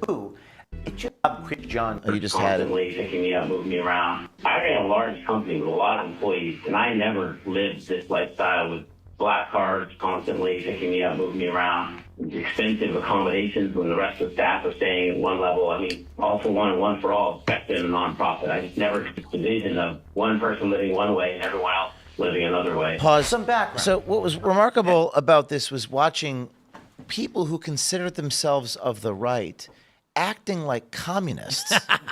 You're not allowed to make more money than me. You're not allowed to have a car drive you around. How do you expect me to get to the Uber carpool? Like, what do you want me to carrier pigeon? How am I supposed? None of it made any sense. Black cars is just a fancy way of saying pre-scheduled cab.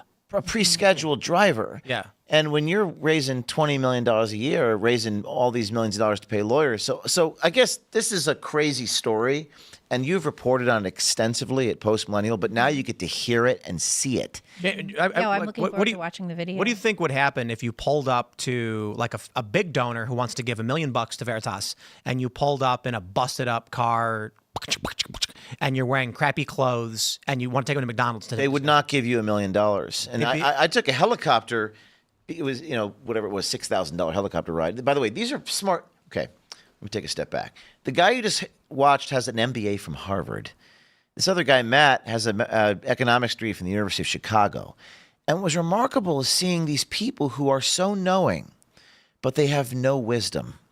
I think there's a difference between knowledge and wisdom. You take a rando off the street, they get it. Well, you take a helicopter because you want to get there fast. Let me tell you. Knowledge is knowing that a tomato is a fruit, and wisdom is knowing not to put it in a fruit salad. That's the old saying. Well, there you go. Well, that's very astute. That's a very astute saying. Although I do make a salad with avocado and tomato, and it's fruit. Sure, but a fruit good. salad is strawberries, pineapples, and blueberries. You don't put tomatoes in that. But what I saw was human nature. We talk about spirituality. There's so much to dive in on this documentary. It's very cinematic. It's unbelievable. I want to explain. I mean, first of all, I am a proud capitalist, as I think most of the people who watch this show are. But I'm a little socially liberal. I don't mind certain government programs so long as they're under strict oversight, and I think it's hard to do. But I just flew to LA. Yeah, I flew first class. Mm-hmm. I'm not flying coach. It's not going to happen. It's difficult enough to fly twice in 2 days and try and make it back to LA. It sucks. Mm-hmm. It was literally all day in an airport and then all day in an airport. And it's standing, waiting, standing. Then I'm like, I am going to sit down and recline. And they don't even recline that much. And I'm going to eat what did they give me? Salmon or something? Well, something decent where you don't have to get McDonald's at the airport. Yeah, I'm not eating that garbage. And I think the ticket was, I don't know, like $800 or something. And but I think that coach was like $300. I think envy, Tim, and for lack of a better word, jealousy is perhaps something that we don't talk a lot about openly, but it is a very powerful sin. And I'm sure we've all seen it. Mm-hmm. But I think this is something that leads to resentment, Tim. People become jealous if you're the public face of an organization. And if they don't get what they want, that resentment can turn to vindictiveness. The vindictiveness of the Project Veritas employees was so obscene and so disgusting that I can't even say on the air. They sent me a picture of me nailed to a crucifix. There was pornographic insults, and it was all stemming from this kind of vindictiveness, which is a form of envy. And you saw the executive saying James shouldn't have a driver. Now, a lot of my donors said you better have a security guard and a driver. You should be taking an Uber X, James O'Keefe. You should. But my own people, my own team, wanted me to suffer. So this is a very spiritual journey. It's a story about human nature. I made a movie. It's behind my paywall at o'keefemediagroup.com. It's called The Truth Inside Veritas. There's a 12-minute video explaining what happened. And all of the board members are being deposed. We've deposed 3 board members. One board member says in this film, James O'Keefe is not entitled to a private life. The board member, Joe Barton is his name, took off all the personal messages between me and my girlfriend and published them on X, which is a tort. You can't do that. It's unlawful. And they just did it to hurt me.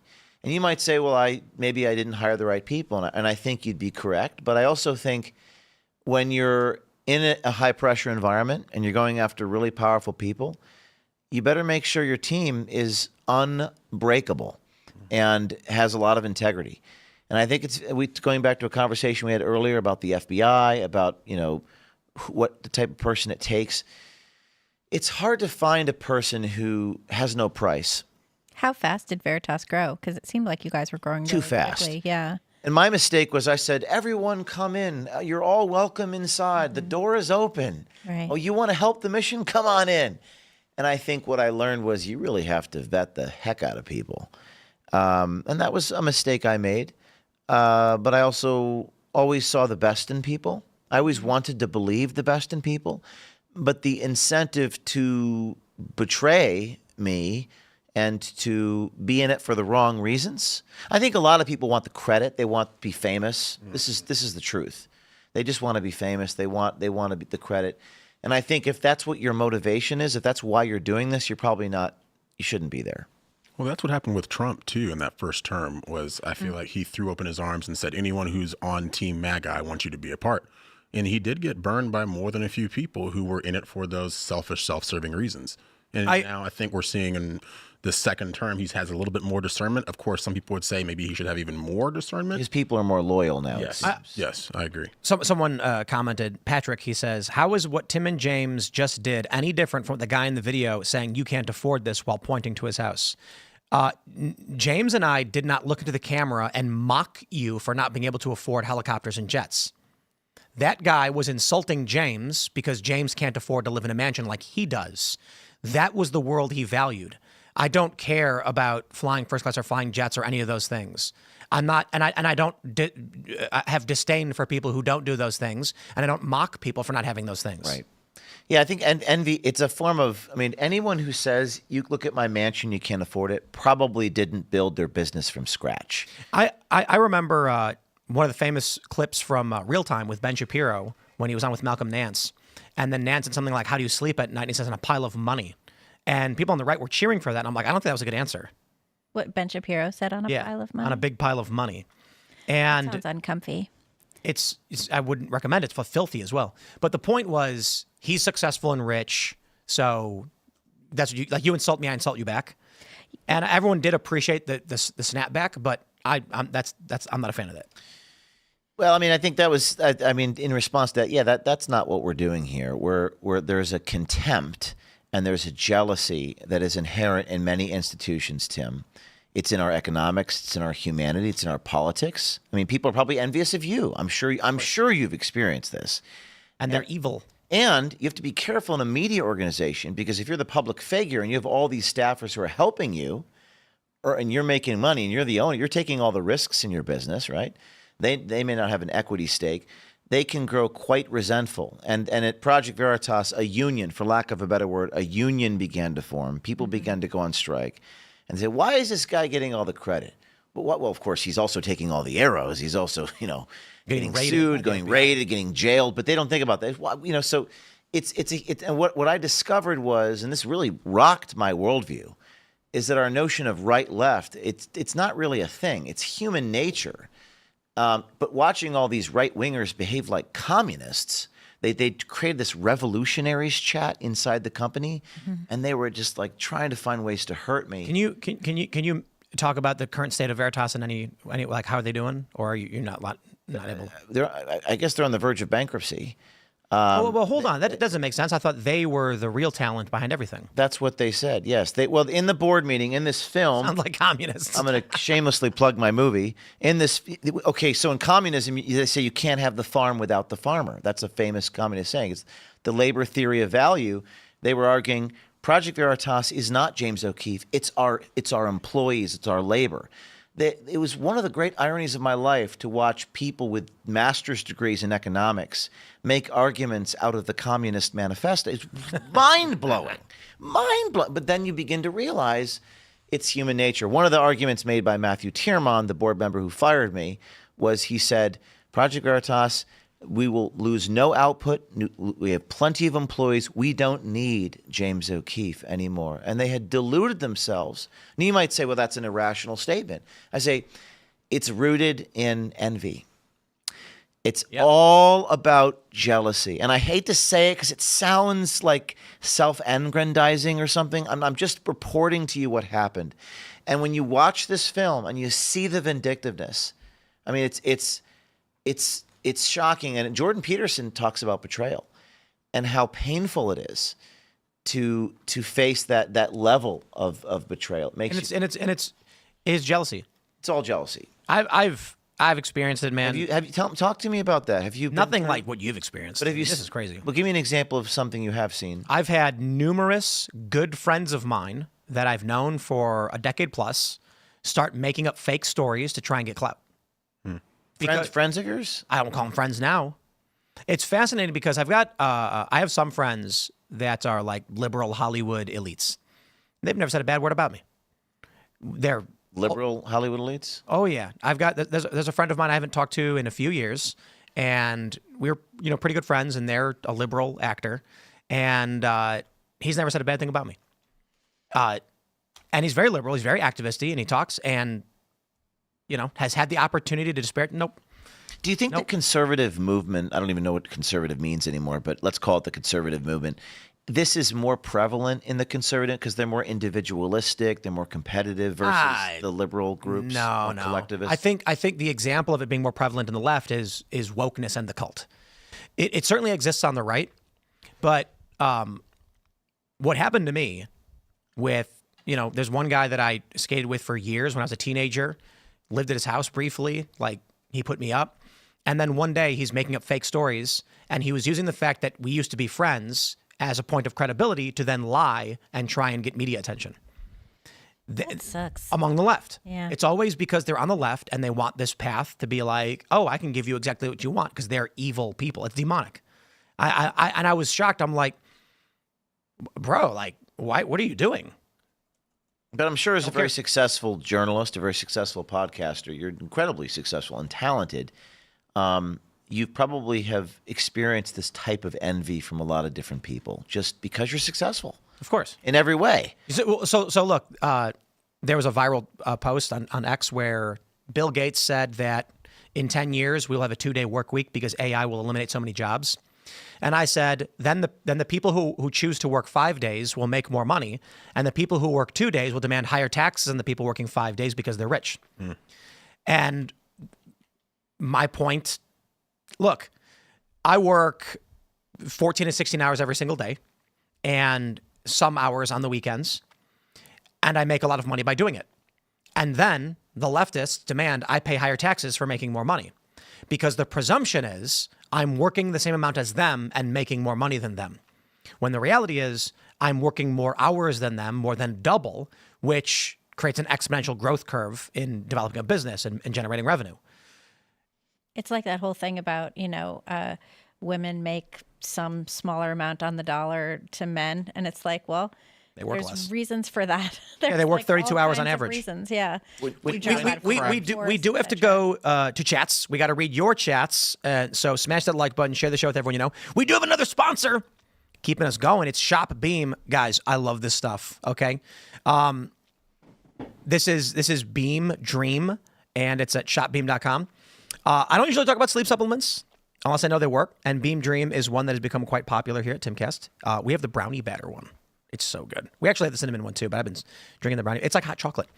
The crew has been using Beam Dream. A couple people here have used it, and I've heard good things. And I've actually been using it quite a bit now myself. Before Beam Dream, there'd be nights where myself and the crew would only get 5-6 hours of sleep. And, oh man, you'd wake up groggy, hit a wall mid-afternoon, feel like you're just pushing through the day. Since starting Beam Dream, everyone's getting 8 to 9 hours consistently. I can't speak for everybody else and exactly how well it's been going for them. What I can say is I have a sleep tracker. And I've been, look, call whatever you want, but I've been having one of these, and it's like brownie batter in hot cocoa before bed. And my sleep score has been really high in the 90s. I've been sleeping better. I've been skating better. And I think sleep is a big issue. It's not just about the hours, but the quality of sleep. Fall asleep faster. I take this product. You take Beam Dream? I take Beam. I'm not paid to say this. I take this product, and it works well. I swear to you. Yeah. I've had, look, I like I said, I work nonstop. I track how many hours of physical activity I do every day, and I'm trying to push it every single day. I like to figure out at what point I get strained from overexertion, and I've been doing consistently better.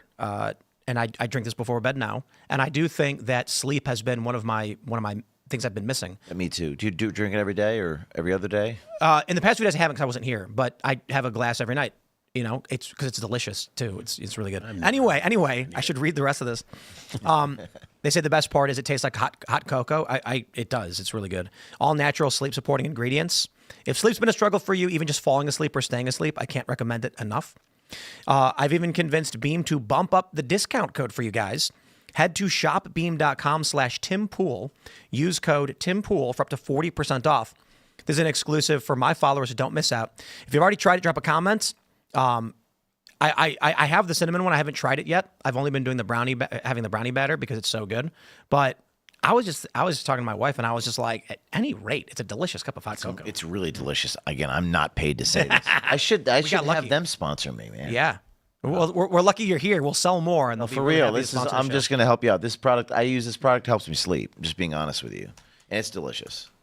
Yeah, you know what my thing was is after the show, I lay in bed for about an hour, and I'm either like on my phone, and I put on like the screen protector so it's red so you sleep better, and then I usually fall asleep around like midnight, and then I wake up at 7. It's hard to fall asleep after the show because you're working, like your heart rate's going up. Yeah. Yeah. No, now I just go home, I make a glass of this, I sit down, and then I'm in bed in 15 minutes, and I'm out. And now my sleep's gone up to about 7 hours and 45. I get an extra 45 minutes or up to an hour, and I don't know. That's worth it. I don't know what about it is. It's obviously it's got melatonin and stuff in it, so maybe it's helpful. And plus, it's hydrating to drink before bed, so I think it's working out. But anyway, let's get your chats in. All right. Joey Giggle says, Tim, like Adam Cuckover said, I don't watch your show. You don't watch Hassan's show. If Asmongold can see that Hassan calls for violence, you should be able to as well.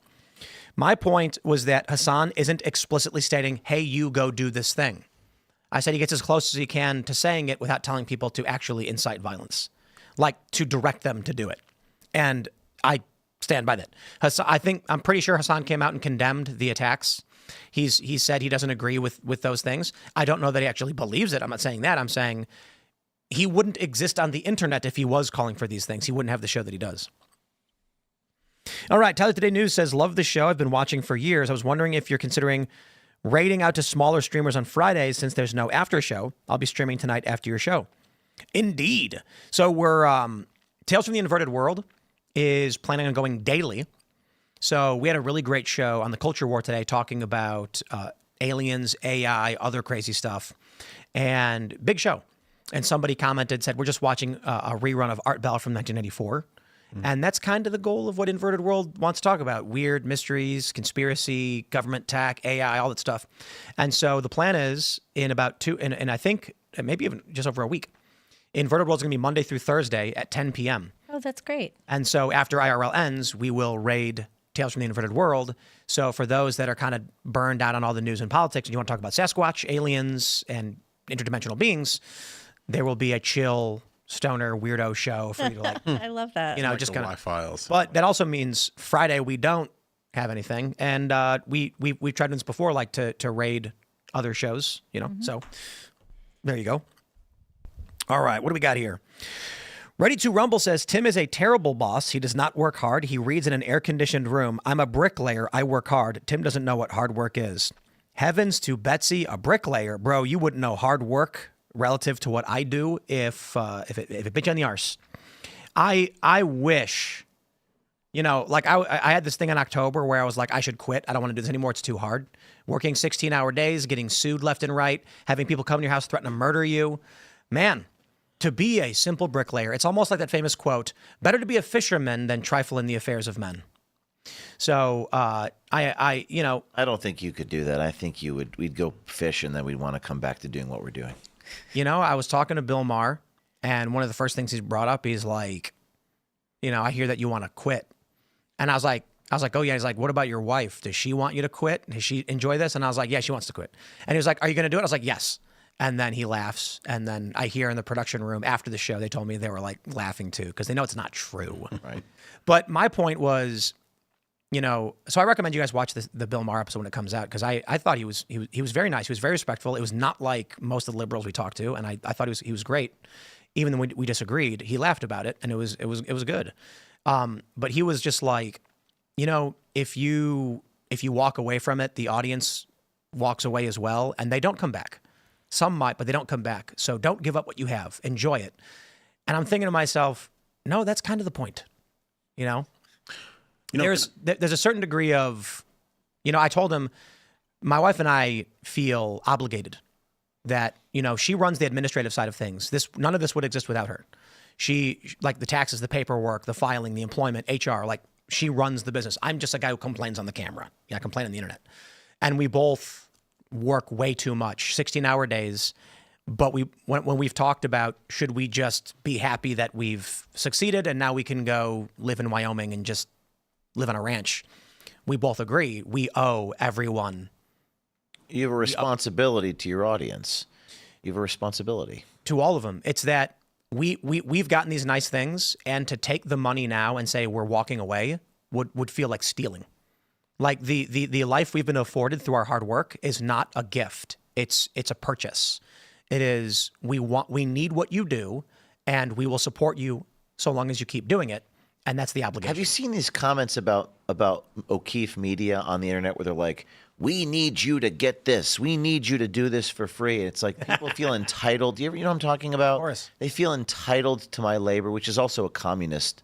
It's like saying I deserve free health care. You're forcing someone else to work. Well, this comment's communist too. The bricklayer works harder than the CEO of a company who works 16 hours a day and weekends. And it's just like, who gets death threats, who gets swatted. Bro, I understand laying bricks is hard. And it's fascinating because the left, their principal argument, they love to make things up. They say, Tim's never worked a real day of labor in his life. I worked for 2 years as a ramp agent at O'Hare Airport. I lifted 50,000 pounds of luggage every single day. Yeah. And we count because we have load manifests, and we actually track the weight of the luggage, and we add them up at the end of every day. And it's like 13,000 pounds of luggage every flight that we're lifting up and pulling on and off. And yeah, it was brutal, and the pay was bad. And, you know, I got to be honest, still easier. You know, can we talk about, though, how it probably does look really easy for people who see the finished product? Like, I'm sure sometimes you wish people could see everything that goes on behind the scenes, what's right off camera. Because even like myself, I am nowhere near the level of any of these greats I'm at the table with from that standpoint on social media. I know how difficult it is to get up, still work my normal job, and then come home. You have to edit, script write, produce, post-production. All these things are super difficult to do, but when the video is done, it looks really easy. And I'm here to tell you, it is not easy to do what you do. And for people who are good at it, you should be rewarded for that effort that you put in. Well, Tim brought up one of the most important points is he said getting sued. And man, some of these people that some of these woke right, whatever, communist-esque people. Woke right, it's a funny term. Whatever you want to call it. I don't know if that's woke right. I'm not sure. No. That's a different separate. Woke right are liberals. Separate thing. You get sued when you're the owner and the leader and you're the boss. Mm-hmm. And these people who betray me, I'm still defending them in the courts. I'm still indemnifying them. Let me ask you a question. Oh, have you didn't Veritas pull the legal counsel for some of the guys? Yeah, they pulled when the FBI, like when they fired me from Project Veritas, I still had to pay their legal bills while they were. I mean, it was the whole thing. James, have you ever been sued because of the actions of an employee? What do you mean? Have you ever been sued Sue personally, yeah. I name names. Christian Hartsock, really great, talented guy, did the Democracy Partner story. He wasn't named in a lawsuit. I was sued. So he's the one who recorded the thing of Bob Kramer, and they sued. I'm currently defending myself for what my employee did. And by the way, I'm not complaining. I take that responsibility willingly, and I'm happy to accept that responsibility. Well, what I don't accept is communist behavior, like what you're describing in the comments section, and envy and resentment towards me, because you didn't endure what I had to endure. You didn't go through what I went through, getting sued, jury trials, sleeping on a couch, raising $100 from nothing, starting in my dad's garage, 3 years federal probation. You didn't take those risks. And what happens to people is they look at success and they think, oh, I can do that. That's easy. Yep. They give up. They give up. Oh, they're not strong enough. You know, they're not strong enough. When I worked for Vice, everybody saw these videos we were putting out. They're getting millions of views. And I'd get emails from people saying, I want to do what you do. The moment I actually explained and they had an opportunity, they were like, nah, I don't want to do that. It's like, no, what you want is the idea. Tim, I got sued last week. And there's all these war stories. I swear to God. I'm not kidding. I got sued last week by this guy inside the Pentagon that I recorded that he was fired, FBI agent Jamie Menina. He was doing things he shouldn't have done. And the lawyer who's representing this guy, he's like, yeah, I'm a leftist. I hate Trump. Trump revoked my security clearance. I just want to make O'Keefe's life a living hell. And I think that the lawsuits that we've dealt with are probably the hardest part about being a business owner, right? The liabilities. Man, I don't want to say too much because we settle all of these, and so there's orders on them. But one of the hardest things about running a company is when you have employees who basically will burn down a building, take no responsibility, and then run. And it's you're left standing over the smoldering ashes, and then you're like, okay, nothing you can do about it. People do this. There are bad people out there. Some people just want to watch the world burn. Isn't that from a Batman movie? Yep. Yeah. Let's grab some more. Sinead Wilder says, have a happy Memorial Day weekend, homies. Don't forget to take some time to remember those who fought and died at the endless fight for our freedoms. Absolutely. I'm a huge fan of Tunnel to Towers. That is awesome. Buying houses for, cool. For moms and for wounded warriors and all that stuff. And they wounded raise warriors, money of course. by doing the run. They do the run. Yeah. Super cool. Mythos says, Hamas Piker did call for the assassination of a U.S. senator directly. Well, to be fair, he even got suspended for it, so I concede that point. My point this morning about the assassination was that people were claiming Hassan was responsible for this guy taking this action. And I don't like this stochastic terrorism argument they throw at everybody. Mm-hmm. So while I don't like Hassan's argument, and I don't think he's a good person, I think he's disingenuous, I don't like hearing someone else is responsible because they had a bad opinion on the internet that may have driven someone to a point of extremism or something like that. Hassan did say that about the senator. Okay, I'll give you that one for sure. My point is he's always danced on the razor's edge of avoiding making direct calls for action against random Jewish people or staffers or whatever. So I'm not going to pull the stochastic terrorism game on I don't want to do it because I think it's illogical. I think it's illogical. And I'm not going to defend his right to free speech. I think it's silly that the ADL called for banning him. If he got banned, I just chuckle and say, well, you're not for free speech. I'm not going to take time out of my day for you. But anyway. All right, what do we got? What do we have here? St. Miles says, what are the Fed prosecutors going to do about the second judge confronting the agents? I don't think that rose to the level of impropriety, I guess, or illegal activity. Misfit Brad says, maybe a collapse of our elite class would require the smartest of the mid-class to step into those roles, leaving the lazy and dumb to step in to maintain the structure. They will put Gatorade on crops. Yep. That's idiocracy. Yep. And so the funny thing is, Veritas obviously succeeded because of whatever James O'Keefe has. And James O'Keefe is a strange guy. He DJs, he moonwalks. It's true. He's an intrepid journalist. It's a very weird combination, but it's okay. He definitely throws good parties. Throws the best parties, the biggest parties. Thank you. And whatever this is that comes together was the nexus for creating this organization. And they thought they could pull the nucleus from it and survive. And they could not. It's a dark part of human nature.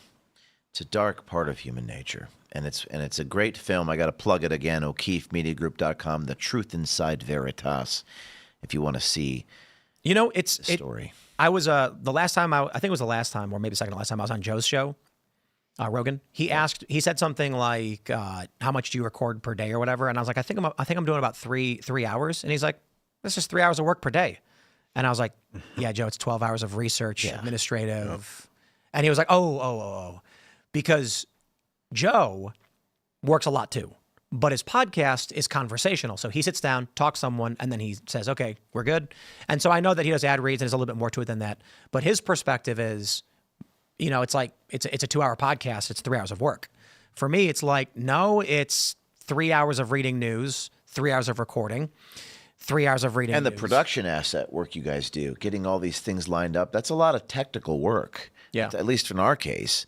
But going back to the heart of darkness thing, this is a quote from Apocalypse Now. And I think it's especially true to see people crack when people are the fragility and the adversity. When you're faced with adversity in an institution where you're going after the most powerful people in the world, that reveals the true darker nature inside of people. That really separates the men from the boys. When the FBI comes a knocking, when they start suing you, you can really tell the difference between someone who has integrity and character and weak. And I've seen weak men. I don't know if there's a difference between weakness and evil, because weakness makes men do things they don't want to do. Like Peter Pettigrew. I know that Pettigrew, absolutely. See, millennials can only understand politics through the lens of Harry Potter. liberal ones, and so if we can convert, I read all those books and watched all the movies. But we were both liberals, so we were very much entrenched. So we can translate for the liberal millennials. Peter Pettigrew was good friends with the Potters. He was their secret keeper, but he was weak and terrified of Voldemort, so he sold them out. And then became evil, not because he wanted anything from the evil side, but because he was terrified of what they do to him. And then he literally had to live his life as a rat man. You're right. Yeah, that's a great his fingernails corollary. were disgusting. The whole thing. Yeah, J.K. Rowling. She wrote some good stories. She did write some good stories. Yeah, I don't like the movies, like the new movies, the animals ones or whatever that is. I think it's silly. Boring. Yeah, boring and dumb. Yeah, that's the problem with it. It's boring. I've been saying J.K. Rowling needs to write a sequel Harry Potter series where the villain is communist. Mm-hmm. Because obviously Harry Potter is just about magic Hitler. Right. Voldemort's like, everyone should be magical, not non-magical, magic supremacy. And it's like, yeah, we get it. He's European Hitler. He's magic Europe Hitler, whatever. Or I don't even say Europe, just magic Hitler. But she should do one where it's magic Stalin, where one of the magic nations colludes with governments to develop technology that can suppress or deflect magic spells, because they believe no one should be able to have magic because it puts them above and they're oppressors. Oh, yeah. It'd be like that Vonnegut, Harrison Bergeron? Yeah, something like that. The idea being that you get a new villain who believes that people with magic powers oppress those without. Mm-hmm. And so they conspire with governments of the Muggle world to go to war and oppress and strip the powers away from. I think of Harrison Bergeron every day, because I'll be sitting there writing and my cat will come over and start meowing and I'll be like, stop erasing my thoughts. Stop. That's a good story. You should read it if you hadn't. What was it? Athletic people had to carry weights. Yeah. The ballerina, like they broke her legs. Yeah. She wasn't so good at dancing. Ridiculous. Yep. Shane H. Walter says the Konami code is up, up, down, down, left, right, BA start. Up, down, left, right, BA start. Contra, 99 lives. That everybody knows this. I know a lot of useless stuff too. I had no idea. And yep. I used to know only useless stuff about plays and theater and like what different kinds of lights were called and like what happens in the Seagull. And now I know a lot of useless stuff about politics. Good for trivia night one day. One day it'll come in handy. It comes in handy on the show, and I'm like, oh, I knew that. Okay. Okay, let's see what else we have in the old chat box. Devin Porter says a magnetic pole shift won't create a cataclysmic continental shift. It would take a magnetic field several times stronger than a magnetar to move the Earth's crust 1 inch in any direction. The Earth's magnetic field is 25K to 166K, weaker than an MRI machine. I'm talking about Adam and Eve's story. What's a magnetron? The Adam and Eve conspiracy theory? Yeah. Or whatever? I heard about that. A magnetron? Yeah. What's the Adam and Eve conspiracy theory? magnetar. I have all the questions. Like what, every A magnetar is 6,500 a years? magnetic star or something.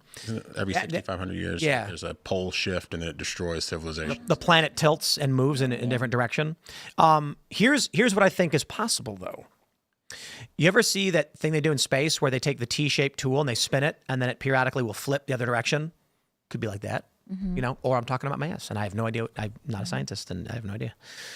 But there are a lot of people that believe the poles are shifting now, and there are several news reports, even CNN reported it. The poles have shifted. They're moving. So an interesting thing happened where the North Pole shifted a bit too far, and then instruments for aviation were wrong. That's why the compass got weird, right? Is that what it was? Weird? Yeah. Yeah, something like that. And so there are the Adam and Eve theorists believe that we're on the verge of a cataclysmic pole shift where the poles will flip, but in the process, the planet will twist and tilt down. And South America on the globe like this will be like this along the equator going around.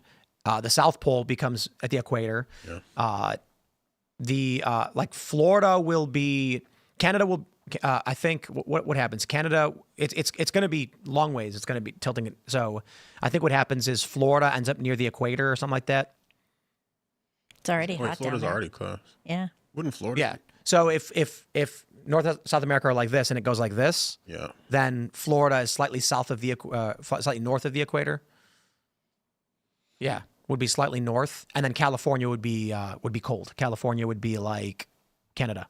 That's what they deserve.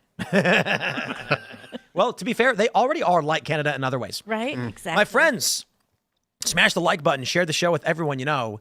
It is Memorial Day weekend, okay? And it is to honor those who have sacrificed everything so that we can relax, have a beer and a burger, and this country is built on the sacrifice of people who wanted you to succeed. And so we remember that, and we get we get a time to relax.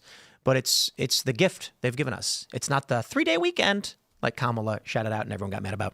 So I hope you do have a good time, and I hope you remember why. Smash the like button, share the show with everyone you know. You can follow me on X and Instagram at Timcast. General, would you like to start and shut something up? Sure. The Damani Felder on TikTok, on X, Damani Bryant Felder on Facebook, and Damani Felder on YouTube. Doing my best to just do my part to speak the truth to whoever will listen. James O'Keefe here. Watch the new film, The Truth Inside Veritas, Part 1. The Truth Inside Veritas, O'KeefeMediaGroup.com. Subscribe at O'KeefeMediaGroup.com to see what really happened inside Project Veritas. You won't want to miss this. It's really well made. Thank I you. was like, why don't we have a production team like James? Yeah, tell me. How are you going to have a production team like James O'Keefe? I'm not talking about the undercover. Yeah, tell me your reaction to the film. Oh, it was an entertaining film. It was like the music, the editing, like everything you guys did in it is like, I was entertained. Yeah. Pretty good. Yeah. You guys did a good job. And I looked at my wife and I was like, we got to get a team that can do videos like this. Cause we're very much live. It's a lot of work, man. I know. It took us 2 months to make that hour-long film. It's That's amazing. it? Right? Broke paintings. Well, yeah, we didn't have to go to the desert and chase the cartel down like we did. Right. It was The fight scene between you and the giant lizard, I was kidding. And the fact that it wasn't CGI, you know? Right. They actually made the giant lizard Yeah, in a they giant made lab. it. Yeah. Anyway. I'm Libby Emmons. You can check out everything we're doing at thepostmillennial.com and humanevents.com. And I would love if you subscribe to my newsletter. I write it up every day and send it out, and people seem to like it, which I'm very grateful for. And you can subscribe to that at thepostmillennial.com/Libby. And I just want to thank our sponsor this month, Merriweather Farms. I've really appreciated it. Well, before we go, one more super chat from Viral Syndicate, because he says, Phil skipped my super chat the other day. I don't think it was intentional. It's just we read as many as we can. But he did say, May 18th marked 8 years since Chris Cornell passed. In 2 months is Chester Bennington. Just keeping them alive. Rest in peace, mental health awareness. And Hybrid Theory is one of the best albums ever. And Chris Cornell was a genius, and Like a Stone is one of the greatest songs, if not the greatest song ever written. I'm not kidding. And I am surprised so many people who are Christian have not listened to that song. So aside from being a good song, I definitely recommend you listen to that one and really listen to the lyrics. Thank y'all for hanging out, and we're back on Tuesday. We'll see you then.